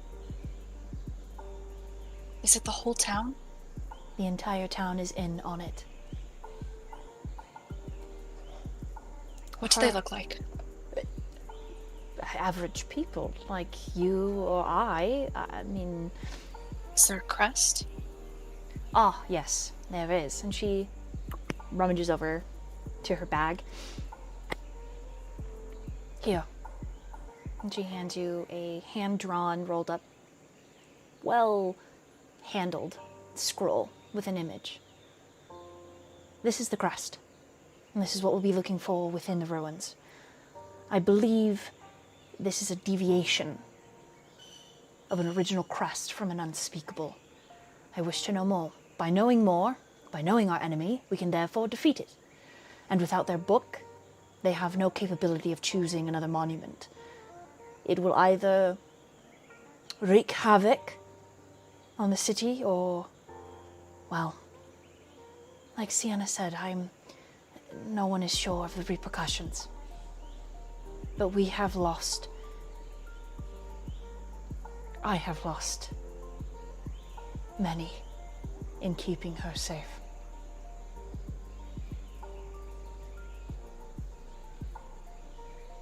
You have spare paper.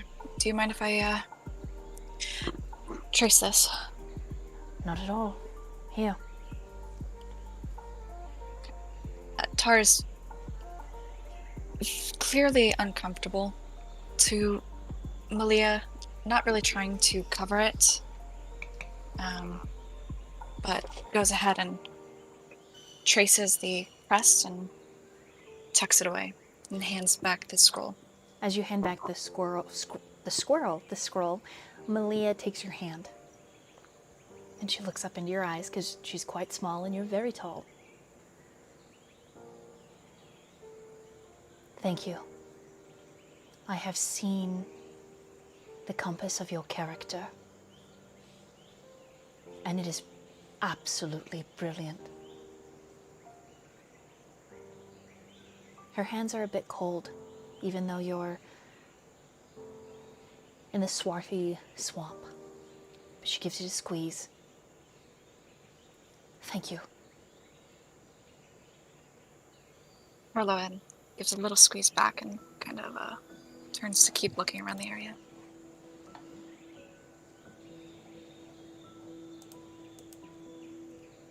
The rest of Third Watch goes smoothly, and everyone awakens as the sun rises, illuminating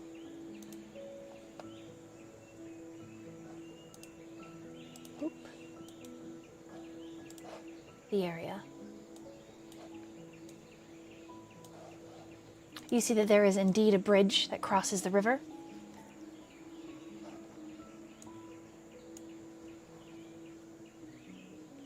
and most of you can see the crest. A much wider opening into the ruins buried beneath the swamp. Man, it was right fucking there. I just want a side note. I love how it turned light and you just see the creature there with its happy face, and I just felt wholesome because maybe it's enjoying the sun. Aww. Oops. No, it died. Rest in peace. He's gone. No. Just explodes.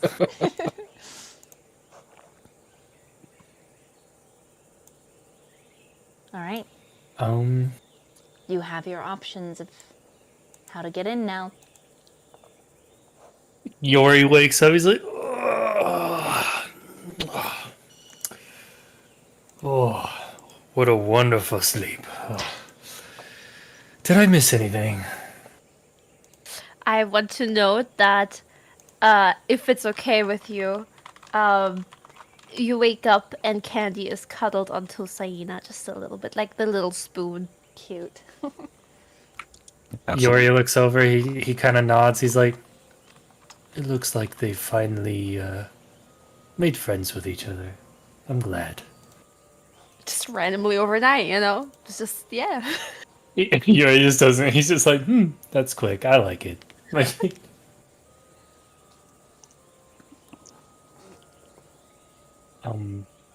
DM, can Tar be over by the bridge? I can't seem to move the character Yeah. token. Boop, boop. Yeah, just kind of like over here. I'll move you all out. Awesome. think Nice. if not everyone's awake, I think Yori's going to if you can try to get like a little fire going and use some of his rations to cook up like a little breakfast for everyone. Sorry, the music went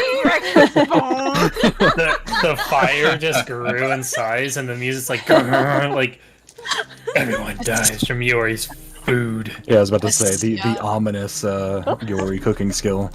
As soon as the music plays and Tar hears it, they run over and kick the fire out. Get off the road! Get off the road, Mr. Frodo. I'm sorry. Here, we'll jungle sounds. Jungle sounds. The bacon is burning. Boom, boom.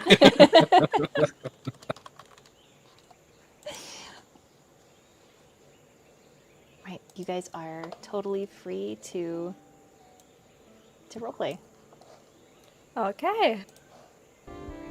Oh, that was a little. That was a One little- second. Oh, I think, Cody, your mic is not... I hear you talking in the other room, but yeah. Good morning, all. I've made some food. Over 3 generations of music, I finally created the most perfect meal. Please enjoy. Thank you, Yori. Really appreciate that. You're welcome. You're welcome. I am digging in. Mm-hmm. This is delicious. Thank you. I've always been a great creator of eggs Benedict. Benedict, not Dick. Sorry. I didn't want to be the one to say. Benedict. Sorry. So my accent doesn't add the T at the end. I apologize.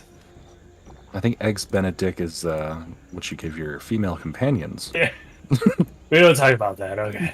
Well, you could also give it to your male companions. Let's not be stingy now. Everyone might like a little bit. We love Benedict in this household, man. God. So I have daily rations. Would that mean 1 for each person gone, or just 1 in general? It would be, I would say because it's rations for 1, so it'd be 1 for each person. Okay, that's fine. or since you're cooking, if you ask Tar, they would be more than happy to help kind of find some local veggies or something to help spread the food out so you don't use as many rations. Okay. Yeah, that would work. So I'll just take 3 away then. We can. Could we scavenge and Yeah. try to cut down on You could Scavenge roll, the rest you could of it. roll a survival and find some food. Sienna will help Tarloa scavenge as well. I will go to the little river and try to hunt some fish. Okay. Though so Sienna that- rolled Oh. very poorly. Roll So I'll go survival. over to the river as well and help out there. 20 for Tarloa. and that would be a 6 for Sienna. 12 for me. Okay, you catch one fish. Sienna, you 10 find for me, you helping find out. nothing. You catch 2 fish. They're pretty small, but you guys could Nice. pick a little bit. That's okay. I'm a cat after all. I can just eat it all. It's okay. Nice, I love it. Okay. And then Tar, would you get on a survival for finding some foods? 20. Well, you find enough food for everyone. Berries, you get a couple rabbits, or fish if you'd like, some type of protein. But yeah, you find enough edible everything, from mushrooms to berries to even moss that can be added to a soup and boiled to a nice fine flavor, a very soft, almost onion flavor. Alright. I'm gonna plop it all down on Yori's lap. Haha! Mm, And I'll walk Tar, over to the I- bridge. found quite a bit here. I will make some crunchy moss chips. Moss chips. Ooh. Is that for second breakfast? Sure, yeah. We always we eat a could second stuff it in your breakfast for pocket. candy. I put a few extra moss chips in her backpack. All right.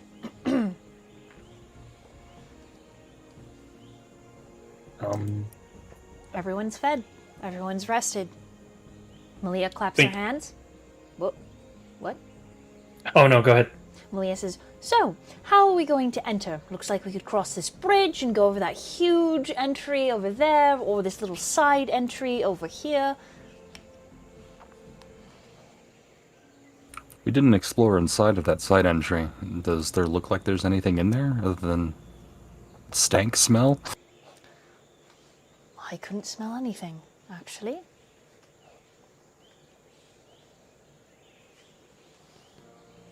So I don't know for certain.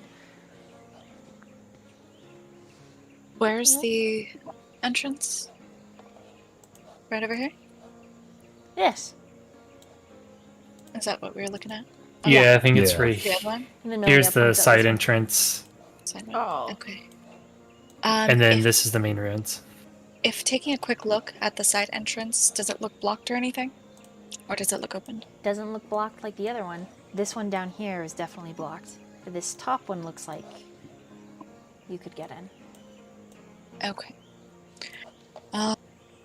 So, taking just a few feet in, is it dark? Yes, it's very dark. Okay.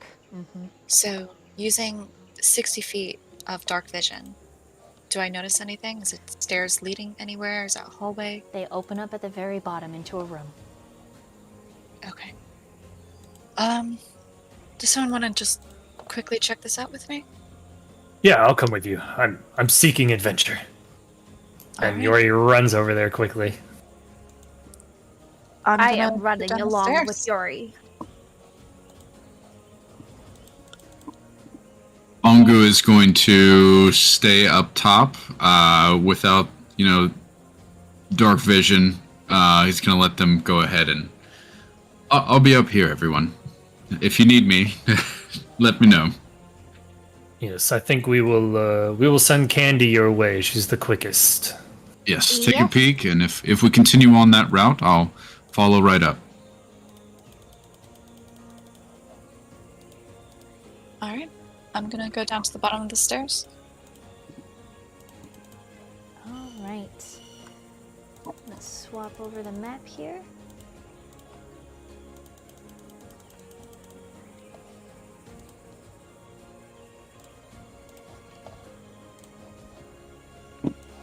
So it's Tarloa, Candy, and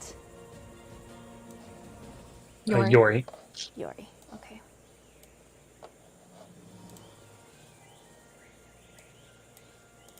You find yourself in a room. Do I? When you hit Can the I ground, know? this is lit. It's lit. It lights up as your feet touch the ground.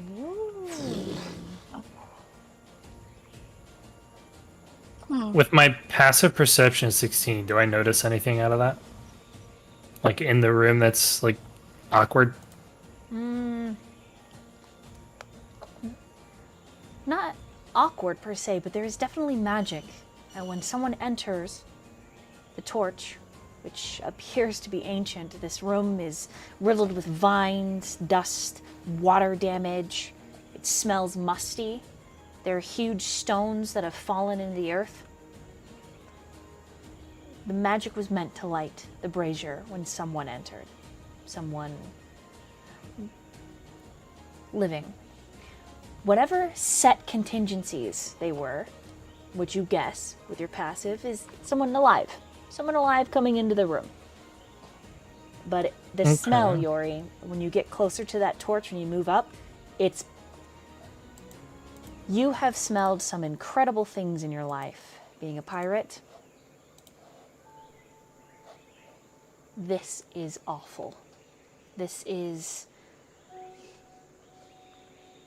a landfill that's been left to rot in fetid water in a hot summer sun, and the wind is just constantly blowing the scent in your face.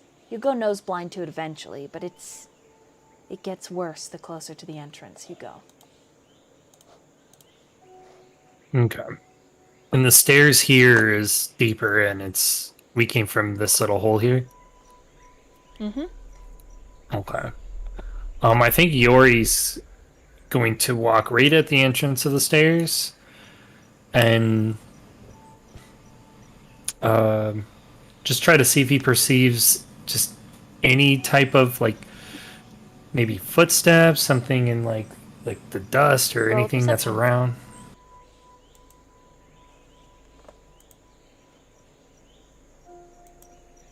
Oh god, that's a crit fail. That's a 1.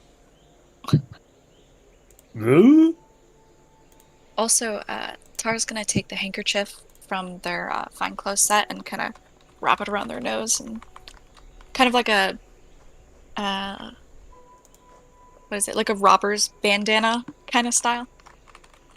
Kind of tuck it in and make sure that smell's not as potent as I follow Yori.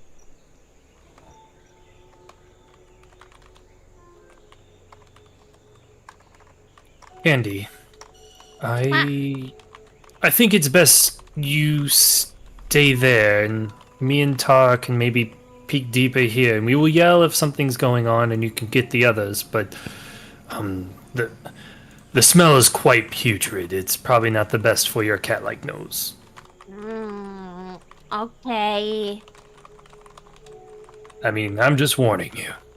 But there could be shinies inside. It's true, but We'll grab them for you. we will get them for you. Yes, I'd rather you not throw up while you're walking around.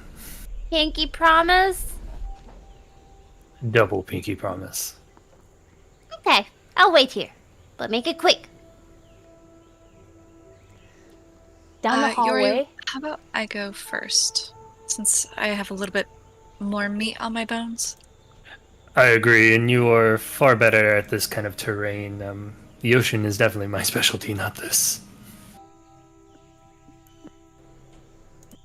And I follow at like arm's length behind Tarloa. Okay. Down the hall, you see that there is a surplus of vines crisscrossed. It's like they're holding each other. And you see Like right to there? the north, an entrance into another room. Roll perceptions.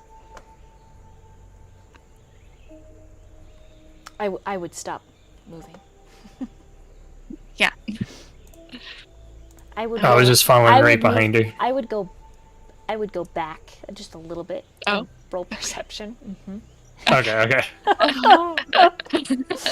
You guys were right here. Yep.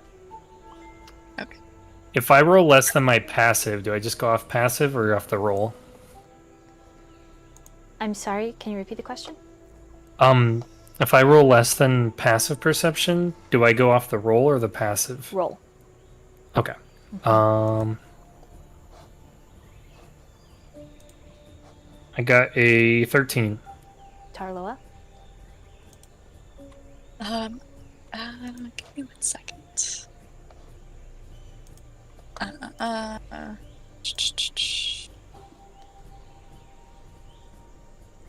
Oh man, that's really bad. Okay, I was trying to see if there was anything that could help us, but I don't see. So that would be a 5. Okay, with a 13, Yori, you hear the sounds. It's almost like chalk scratching on stone. Very faint. And then a click. Click, click, click. And then there's a rattle sound. Not quite like the viper, but like bones being shaken. Coming from the room to the north. Although I'm hearing one of what I feel like is two things.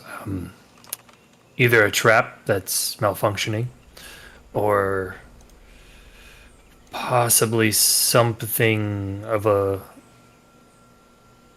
large creature, or very bony. There is definitely something up ahead. I believe if we continue, we need the others. All right, so let's head back then. Let's go tell them. Sounds good. Do you think maybe we should hold the entrance just in case and send Candy up the stairs to them? She can guide them back here. Then let's head back to the main room behind us. Sounds good. And I make my way here, Making my way. and I kind of pass on to Candy what I feel is going on. Okay. And she runs up to grab the others and let them know. Guys, there's like scary things down. I don't know what because I couldn't get inside because they let me like wait at the entrance, but I don't know what. But they said that it's really scary, so you should come in here. Okay. And Bongo will go ahead and grab his quarterstaff and start walking on down the stairs. It is very dark, Bongu. As Bongo kind of gets to the point where he can't see, he'll turn around and wait for somebody to assist him and his You could use light. if challenged you'd like. vision. Oh, okay. Bongo, as he's walking down, will cast light on his quarterstaff, so it will be glowing as he walks down. Thank you for the reminder. Sienna?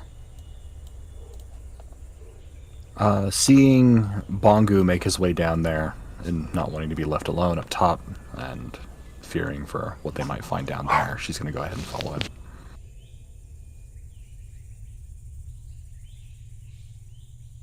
Okay, let me drop your light and Bongu and Sienna. Also, if you have any torches in your packs, you can light them and pull out a torch. Another thing, I need to run to the bathroom, so I'll be right back. Okay. Sounds good. Stream can hear you if you want to keep them company while I run. I think I wanted to say a little group thing. Yeah, what's the group thing?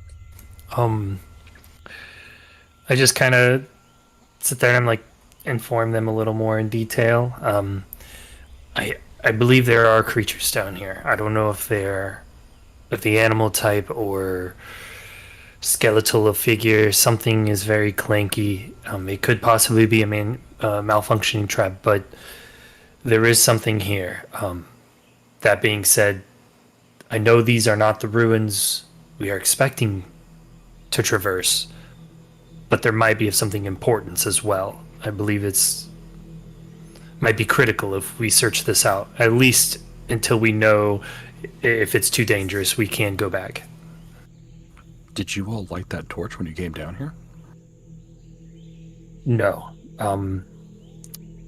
It is magical. It lights on its own. So, from what I can tell, it's if something living walks here, it will turn on, and it was not on until we came here. So, if something is in here, it is dead. Or undead. Or undead, yes. And there's magic in here. Yes, Candy, there's lots of magic. Yeah, but like, I mean, like the traps. Yes, magical traps. Yes. Tarlo's just kind of just cover their face a little bit and kind of laugh to themselves. I pat Candy's head. Look Yori, at you. did you happen to hear how many figures or sounds were coming? If there were just a couple or many? Based on the noises, there could be multiple. It was quite a lot of clanking. Not as if it's an army, something maybe we can take, but I do not know the size of it.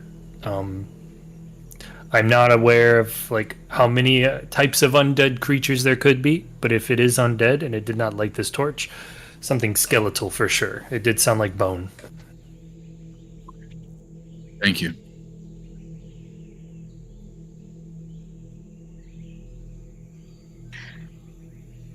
When Topic gets back, I can actually probably use my natural explorer stuff. Since this is, well, we can see if this is still my natural environment. And see if I can track whatever creature it is, if they've been in this room. Then I would know their exact number, sizes, and how long they've been here. So, we'll see about that. Okay. That sounds great. Wait, are we muted on stream? No, they can hear us. Oh, okay. Hi. Sorry. For some We are reason, keeping them company. Mhm. Okay. Hi, guys. I think we should, if we want to go down here, seeing as two of us cannot see very well, we should have possibly Bongo and Sienna in the middle of a Bongu, sorry. I don't know why I thought Bongo. Bongu and Sienna in the middle. I could hold flank for us. Tarloa can hold front with Candy. Okay. Sounds wonderful. And as we traverse, I will play a melody on Bongo's bongos as we go down a little bit further. Bongo's bongos. Should start a business with that name. Yeah. I apologize, Bongo. I met you a couple days ago. I'm still learning Quite. turtle names. I love turtles, by the way. I love turtles. Quite all He's my right, friend, Yori. Mr. Turtle. I got a good friend named that's a turtle. His name is Turtle. Yes. Yori hangs out with turtles all the time. Yep. His best friend. It's a great way to traverse the seas because I'm not very quick underwater, even if I'm amphibious. Well, I would love to help you on any underwater adventures you go. I can breathe underwater for quite a while. How long did you ever measure? Well, I started getting lightheaded around an hour, but it seems sufficient for most things. And we're back. Okay, you're all in the ruins. I wanted to ask you, dear DM, Mhm. if my natural explorer counts here, or if it doesn't, since we're kind of out of swampy area. There's still enough swampy foliage that in terms of like plants, identifying like nature that may be in here, and that includes animals, you probably still have the advantages. But in terms of like extra movement, maybe not, because Okay. now you're in a domicile. So what I was thinking is, for my favorite terrain, uh, I can try to track the creatures, and I think, let's see, I would learn their exact number, sizes, and how long ago they passed through the area, or if they're still in the area. So I wanted to see if there's been any creatures through here, and if there has been, if they're still here.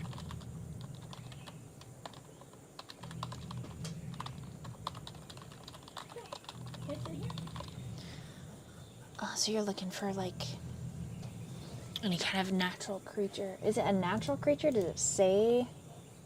It just says while tracking creatures.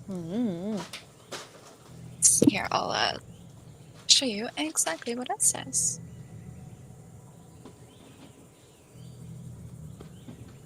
All right, I sent you an image in the Dungeons Cuties.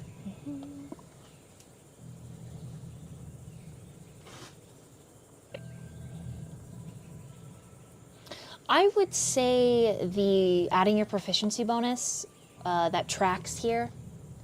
You just have to know what you're looking for. So either an investigation, a survival, or perception to look for tracks in this. Almost a domicile again, but there's like nobody that lives here. I mean, unless there are things that live here and you just don't know. But I would just say roll one of those, and then Okay.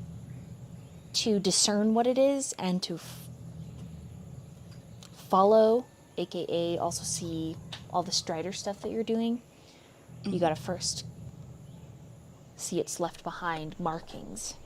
I think that's going to Okay. be the most fair. Yeah. So is this going to be a survival check, or is this Investigation, investigation? survival, or perception, your choice. Okay, I'm gonna go with survival. And then I guess I'm kind of looking for any. I know Yori was talking about possibly undead, so I'm gonna see if there's any like drag marks, if anything has been recently killed, and maybe there's blood, or if there's like bone chippings, stuff like that.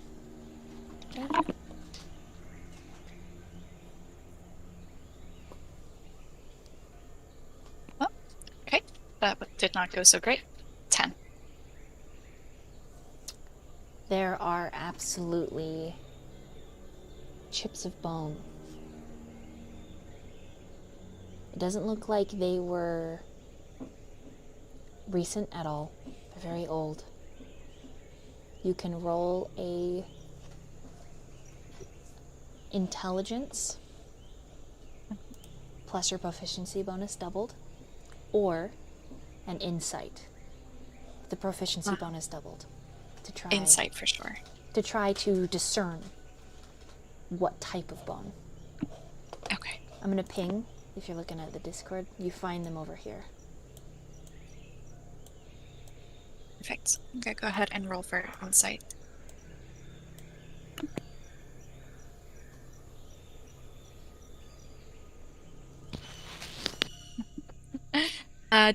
27.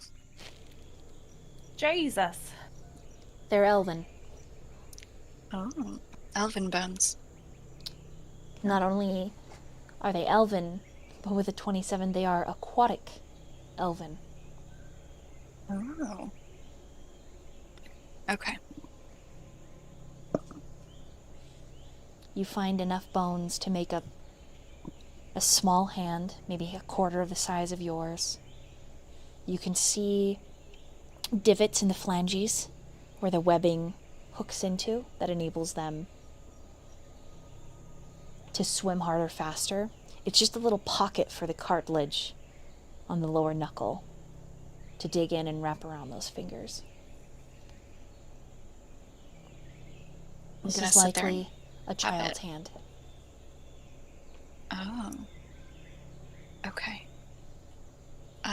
I'm gonna make sure that I kind of put it together on the ground, the little hand. And once I have it kind of figured out, I'm gonna look up at the rest of the group and see if I catch anybody's eye and kind of look back down at it. I'm holding intense eye contact. Yori looks over at Tarloa because he's pretty aware that there's danger here. I'm looking quite excited, I'm not gonna lie. Okay, let me show you and stream my hand-drawn map that I'm gonna digitize. Ooh. Okay, so this is, so trademark, we'll zoom in. Trademark is here. Look, there's my handwriting, yay. Ah. Okay. You guys are in the swamps here. Nowhere near the oceans. Mm. So you have the inner sea here. And then the sea all around up here. Okay.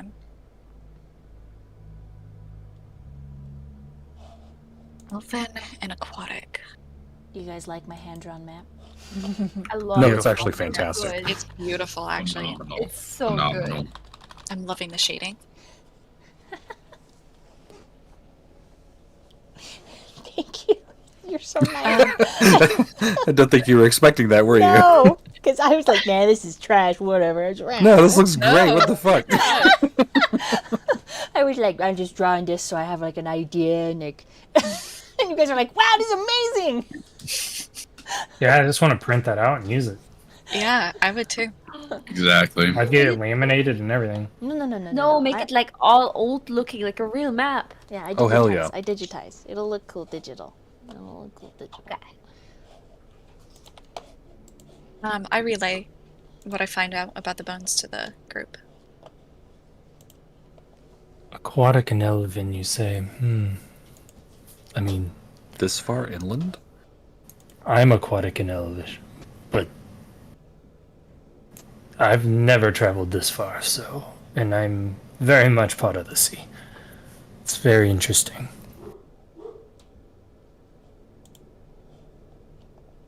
But isn't there like a big sea nearby? Not very nearby. It's like a day and a half away. This is like in the middle of nowhere.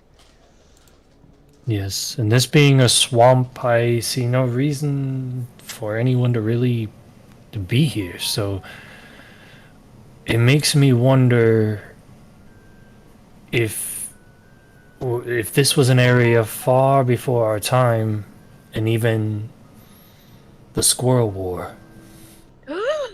Not the Squirrel War. Yeah, what about history? Like, is there anything history-wise that would explain? I think we should keep looking. See what's deeper within. Maybe we'll have a few more clues. Yeah, That's a good idea. Yeah. I believe we're strong together, so if we hold to the formation I mentioned before, we'll have a good front, middle, and back. Yeah. Yeah. Get the bones.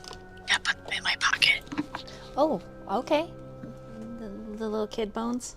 The little kid bones. Oh. They're very, very ancient. I'm gonna put it in a little like money coin sack that's empty. Okay, you delicately. Before Delicately bork. Sorry, the barking. Hold on. Tar says, bark, bark, bark, bark, bark. I want to do something before you do that, Tarloa. Oh, okay. Or did you inspect them for magic? Nope, they look like Okay. old, dried up bones. Yori's I'm- gonna expect them for magic. Okay. I guess Sienna also has detect magic, if that helps. Oh yes, see, I get Yori would know that. I would assume so. He kind of waves you over, like, "Hey, come look at this. Are these magical?" Okay. When Copy gets back. Yeah, I don't want a Warp Order. hand coming alive in I'm your back, pocket. sorry. Is all. So you wanna Well, use detect if it's magic not on these or an full arcana hand. roll? I do have detect magic, so. So you're just gonna roll it?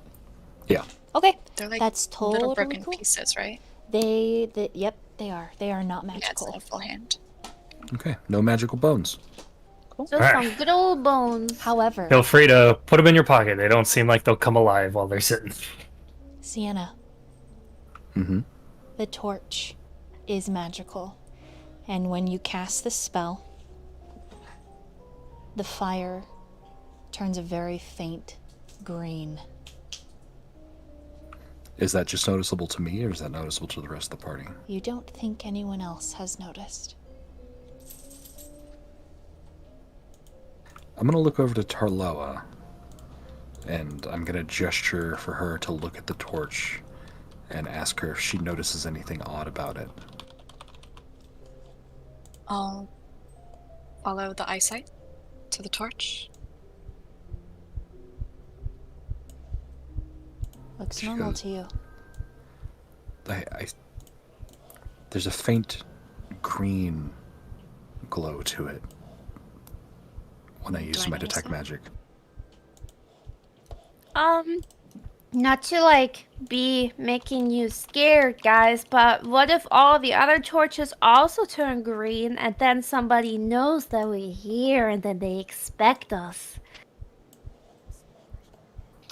I think there's more to this place than just magical torches and dead elves.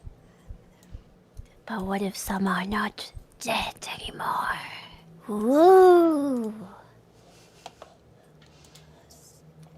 We should. Yori turns around and just stares at Candy and gives her like that. I'm making a scary face and like the little like fingers like woo. I imagine your paws are up next to your face, wiggling. Just Yeah.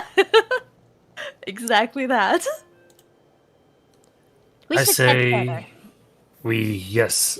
I say we explore and very cautiously move forward. With Tarloa at the front, I'm quite sure with their experience, they will be able to sense any danger before we come upon it. I'll go ahead and pull out my 2 sickles and it's the hallway.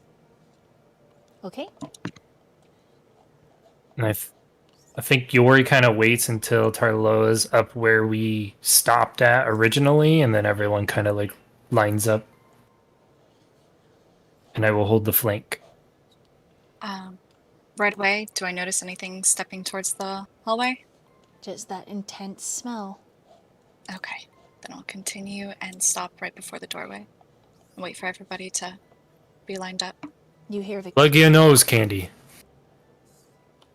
What? Plug your nose. You might Oh. want to stuff Oh. some weeds or something up your nose. You don't want to smell this. You know, I'm used to much worse, you know? Sometimes when you go into the bathroom, it's kind of bad too, so I think I can take this. This is fine. And I will just put a little paw on my nose, but it's okay. It's alright. Sienna is going to stifle a chuckle at that comment. She knows.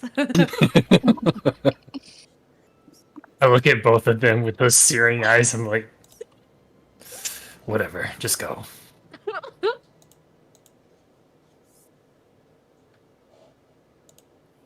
If everyone wants to, Yes, Move. link our characters up in whatever order we want to be in.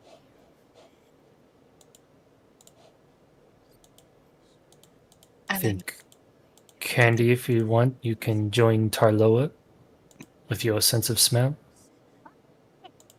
I'm coming here. Yes. I want it to be at the front. Ah.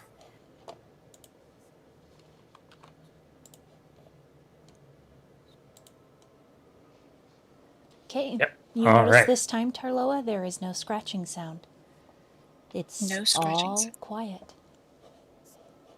okay, I'm gonna relay that quietly down the line like a little game of telephone. And I'm gonna peek around the corner carefully. Within, I'm going to just move you into here so you can see. Within this room, There are old bones.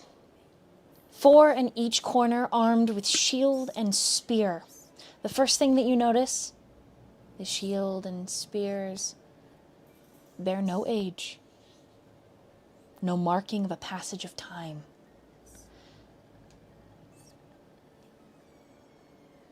On either side of the room, funerary wrappings, jars.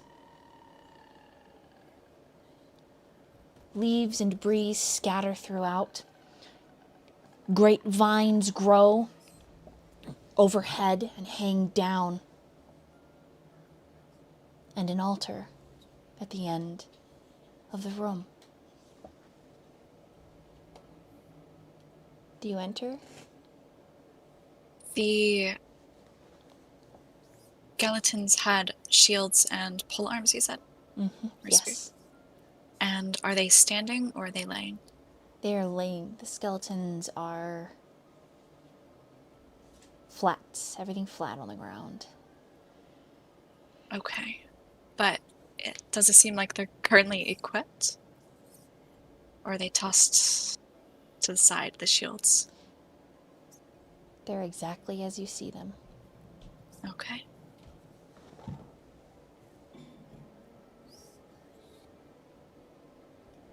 Well, I know there's something dangerous in here. I'm gonna take a step in and just tell everybody, be prepared for the worst. The lanterns light as you enter the room.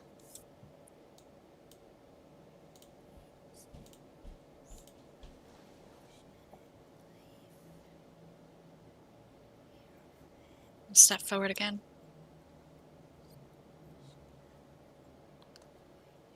The smell is intense here.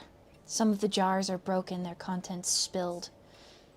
Pickled organs that have withstood the test of time lay in gelatin congealed like lumps throughout the room.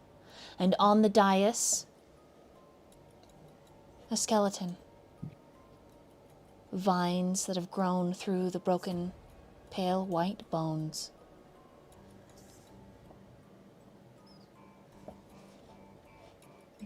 I'm going to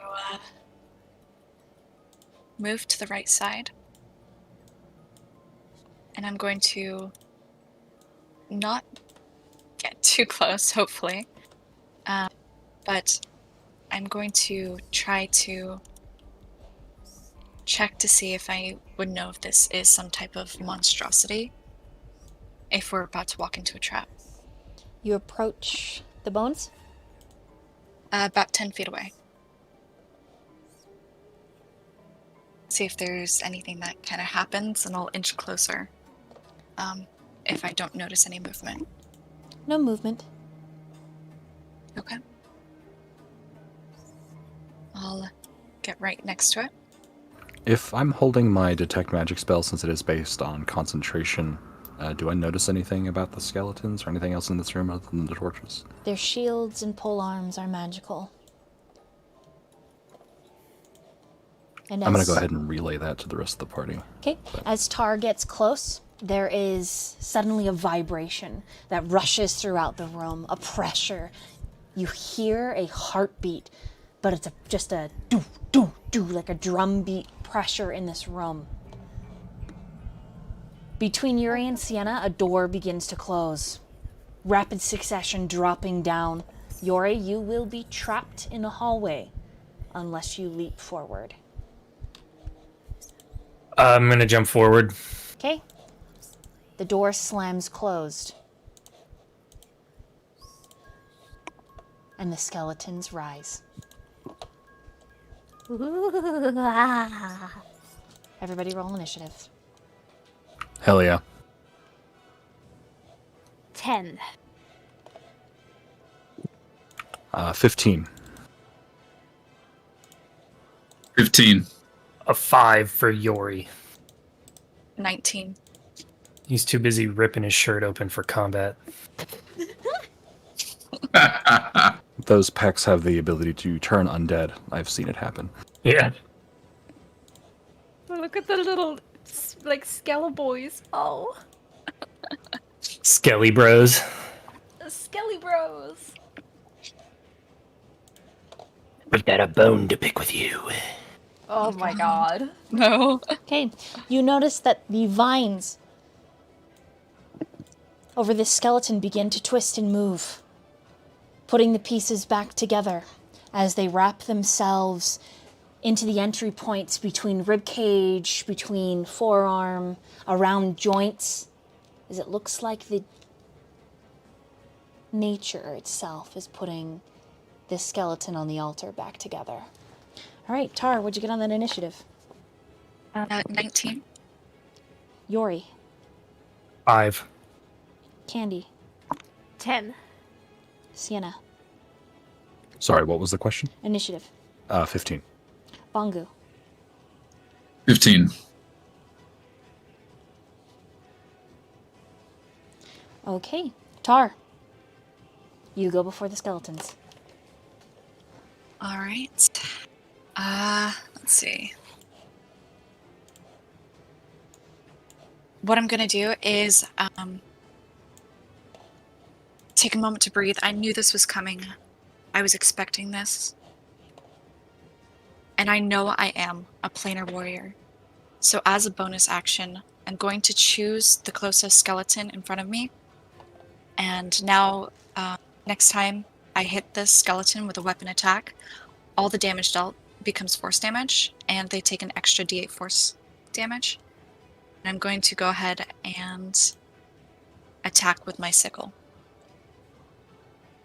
Okay. Does this thing have your hunter's mark on it now?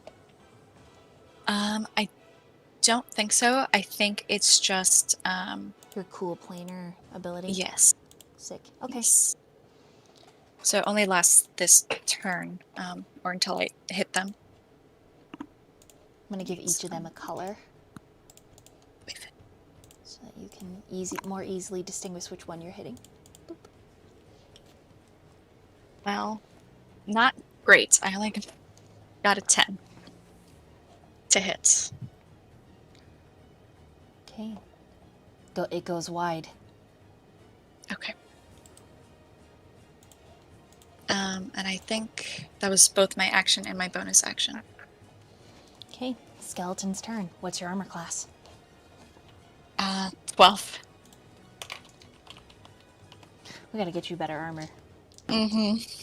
Okay, the skeleton hits with the spear for 6 points of damage. Okay.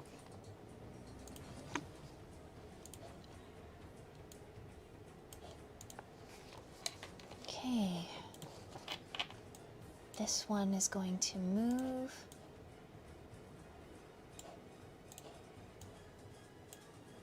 Bongu, what's your armor class?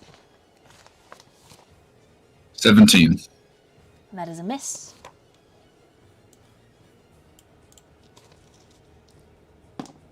That one hits. With the spear, 8 points of damage. This one is moving here. Candy, what is your armor class? 15. That is a miss. All right, between Sienna and Bongu, who has the higher dexterity bonus? Mine is a +2. I've got +3. Okay, Bongu, your move.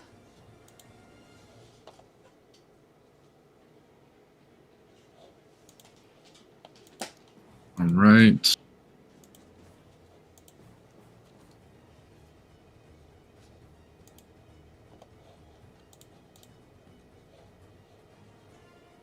So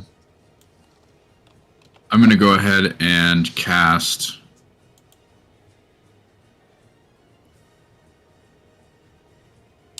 Guiding Bolt. And this is going to be at the skeleton with the green dot, so just to my left. Okay.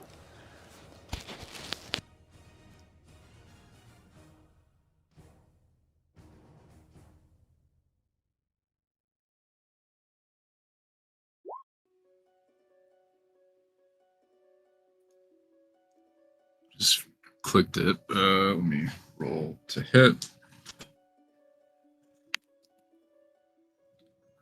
an 11 plus 6, so 17. Yeah, 17 to hit. And that is a first level spell.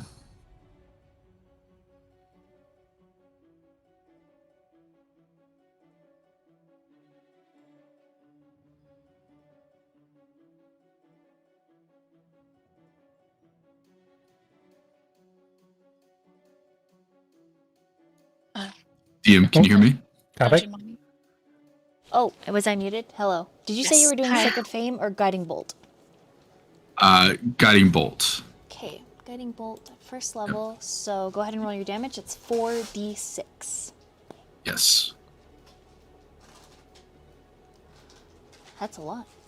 Damn. Glittering Bolt.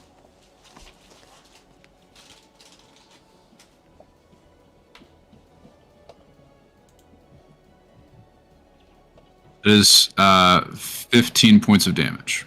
Okay. You blow this skeleton away, shattering it into pieces. Oh yes, Bunga. Hell yeah.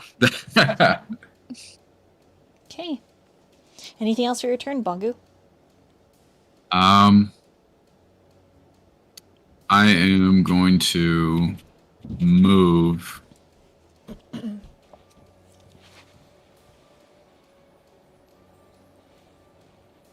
right there, if that works. As you move, Orange is going to take an opportunity attack and swing at you. Okay. He is going to miss. Okay. Anything else? That'll do it. Okay, Sienna, your move. Okay. I'm going to go ahead and move forward. Just one square. And then I'm going to go ahead and use my Channel Divinity to cast Turn Undead. Just to get them out of melee range. Okay.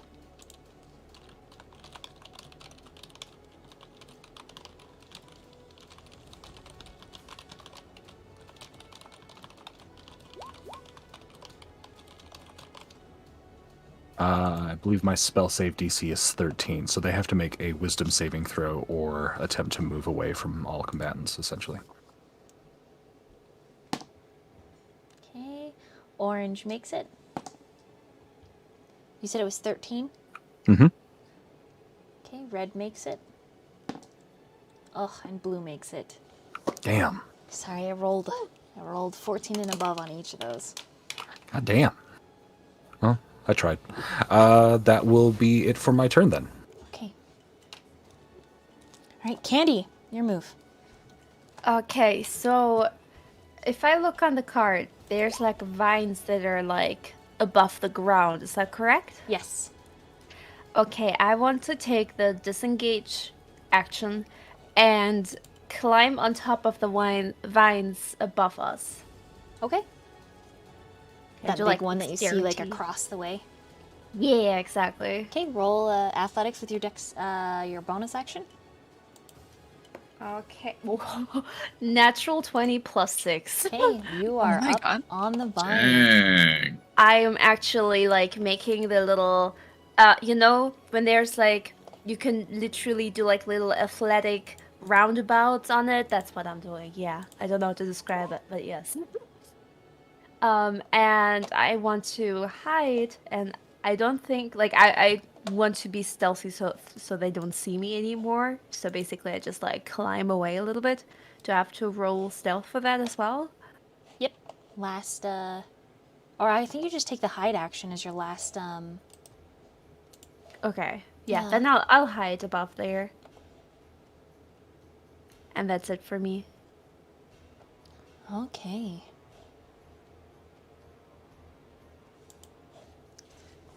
All right. Then up next is Yori. I'm gonna use ice knife and throw it at orange in my direction. Okay. Let's see. It's 18 plus 6, so a 24. for the hit. Damn, yeah, that definitely hits. And that's going to shatter out in a 5-foot radius around it. Yes, they need to make a dex save of 14 first. Okay, I rolled a 17. Okay, so it doesn't do the shatter damage, but I do 1d10. Where's my 10? There it is. It's 4 ice damage. And I think I'm just gonna hold my position. Okay. All right, Tar, your move. All right. So he's still, since I did not hit him, he does have that 1d8 that I can still get from him if I attack him. Okay. So what I'm gonna do is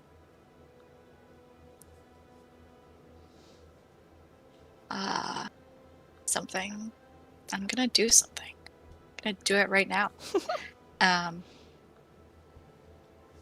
Yeah, I'm just gonna attack him twice. So one with each sickle, and see if I can get this guy.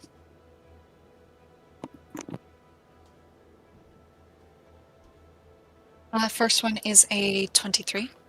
That hits.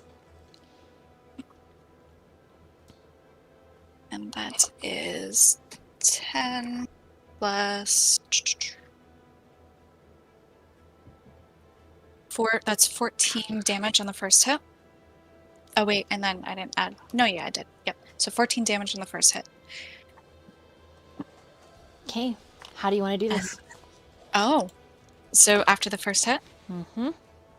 All right. So I first attack with my right sickle, and I swing as hard and tightly as I can with my right arm and clip off the head, preparing to go in with the second sickle, but noticing the body starts to crumble. I'm going to use that momentum and head to the orange one. Okay. And attack him.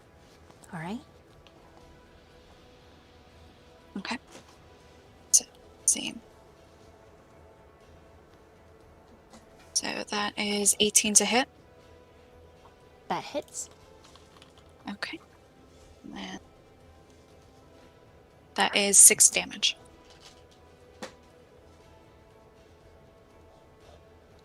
He's still up. Okay, perfect. That's my turn.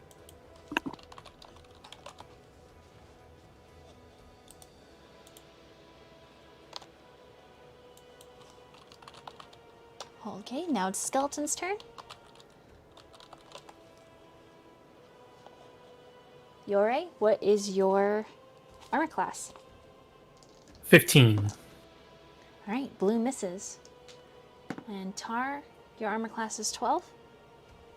Correct. Okay, that one also misses. Oh. Okay. Bongu, your move. Okay. I'm gonna move to the left of the blue skeleton.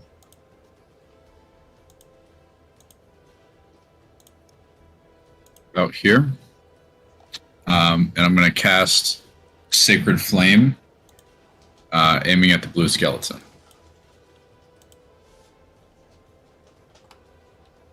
Okay. So it's got to make a saving throw? Or is that an attack? This one is a dexterity saving throw, or take 1d8 radiant damage. All right. 18.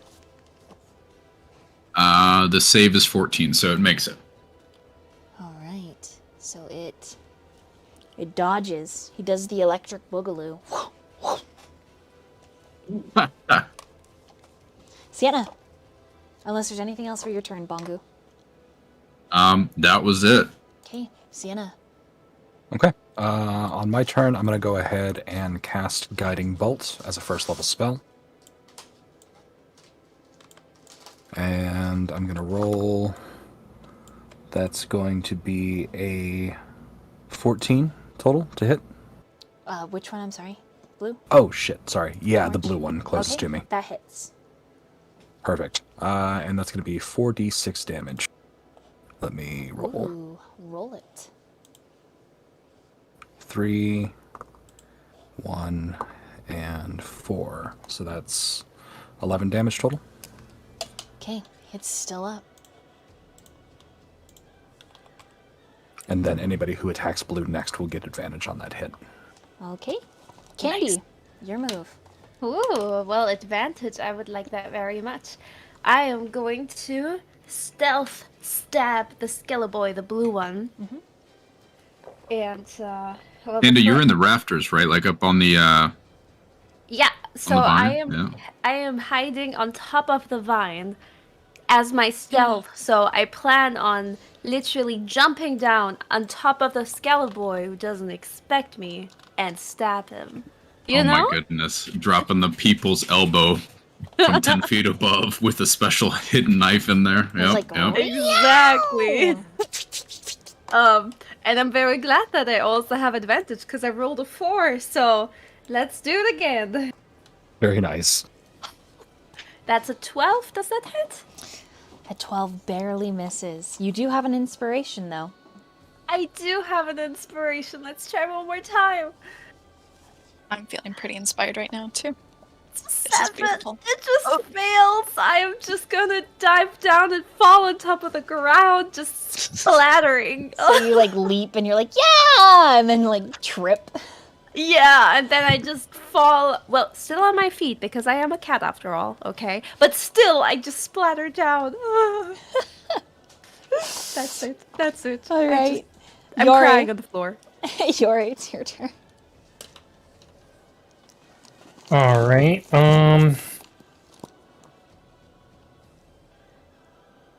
Shoot.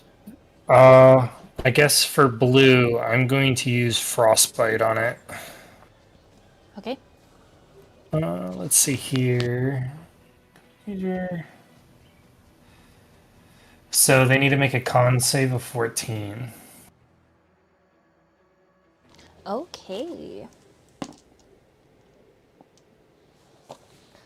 I need to use different dice. I rolled a 16 All right, so I miss. and an 18. I don't do anything, so I'm gonna move. I'll have them roll at disadvantage since Candy didn't hit with that advantage thing.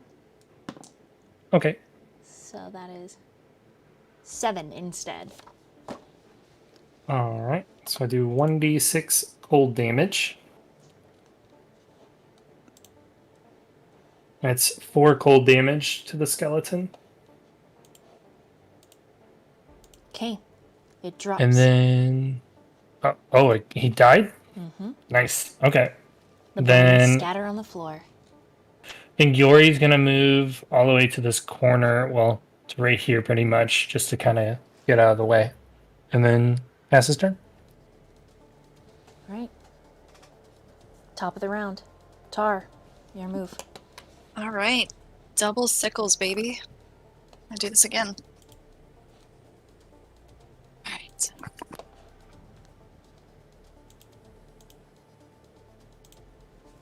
All right. The first one misses. Okay. And the second one is a 24. Hits. Okay. And that is 7 damage. Hey, the bones scatter. And you are plunged into silence until that vibration continues. I'm gonna look at the altar. The skeleton sits up.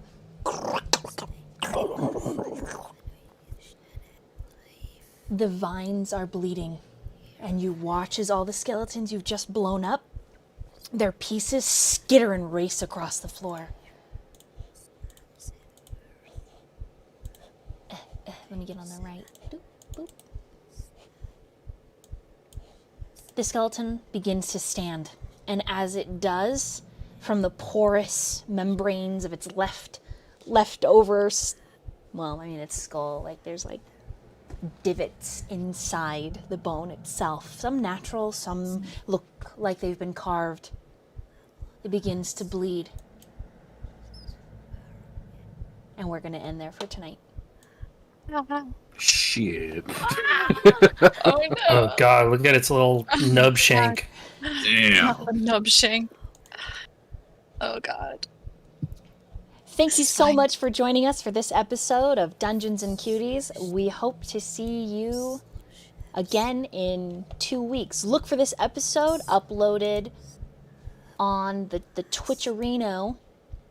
Join the Discord if you're interested in finding out when I have slots for games, as well as when next sessions will be.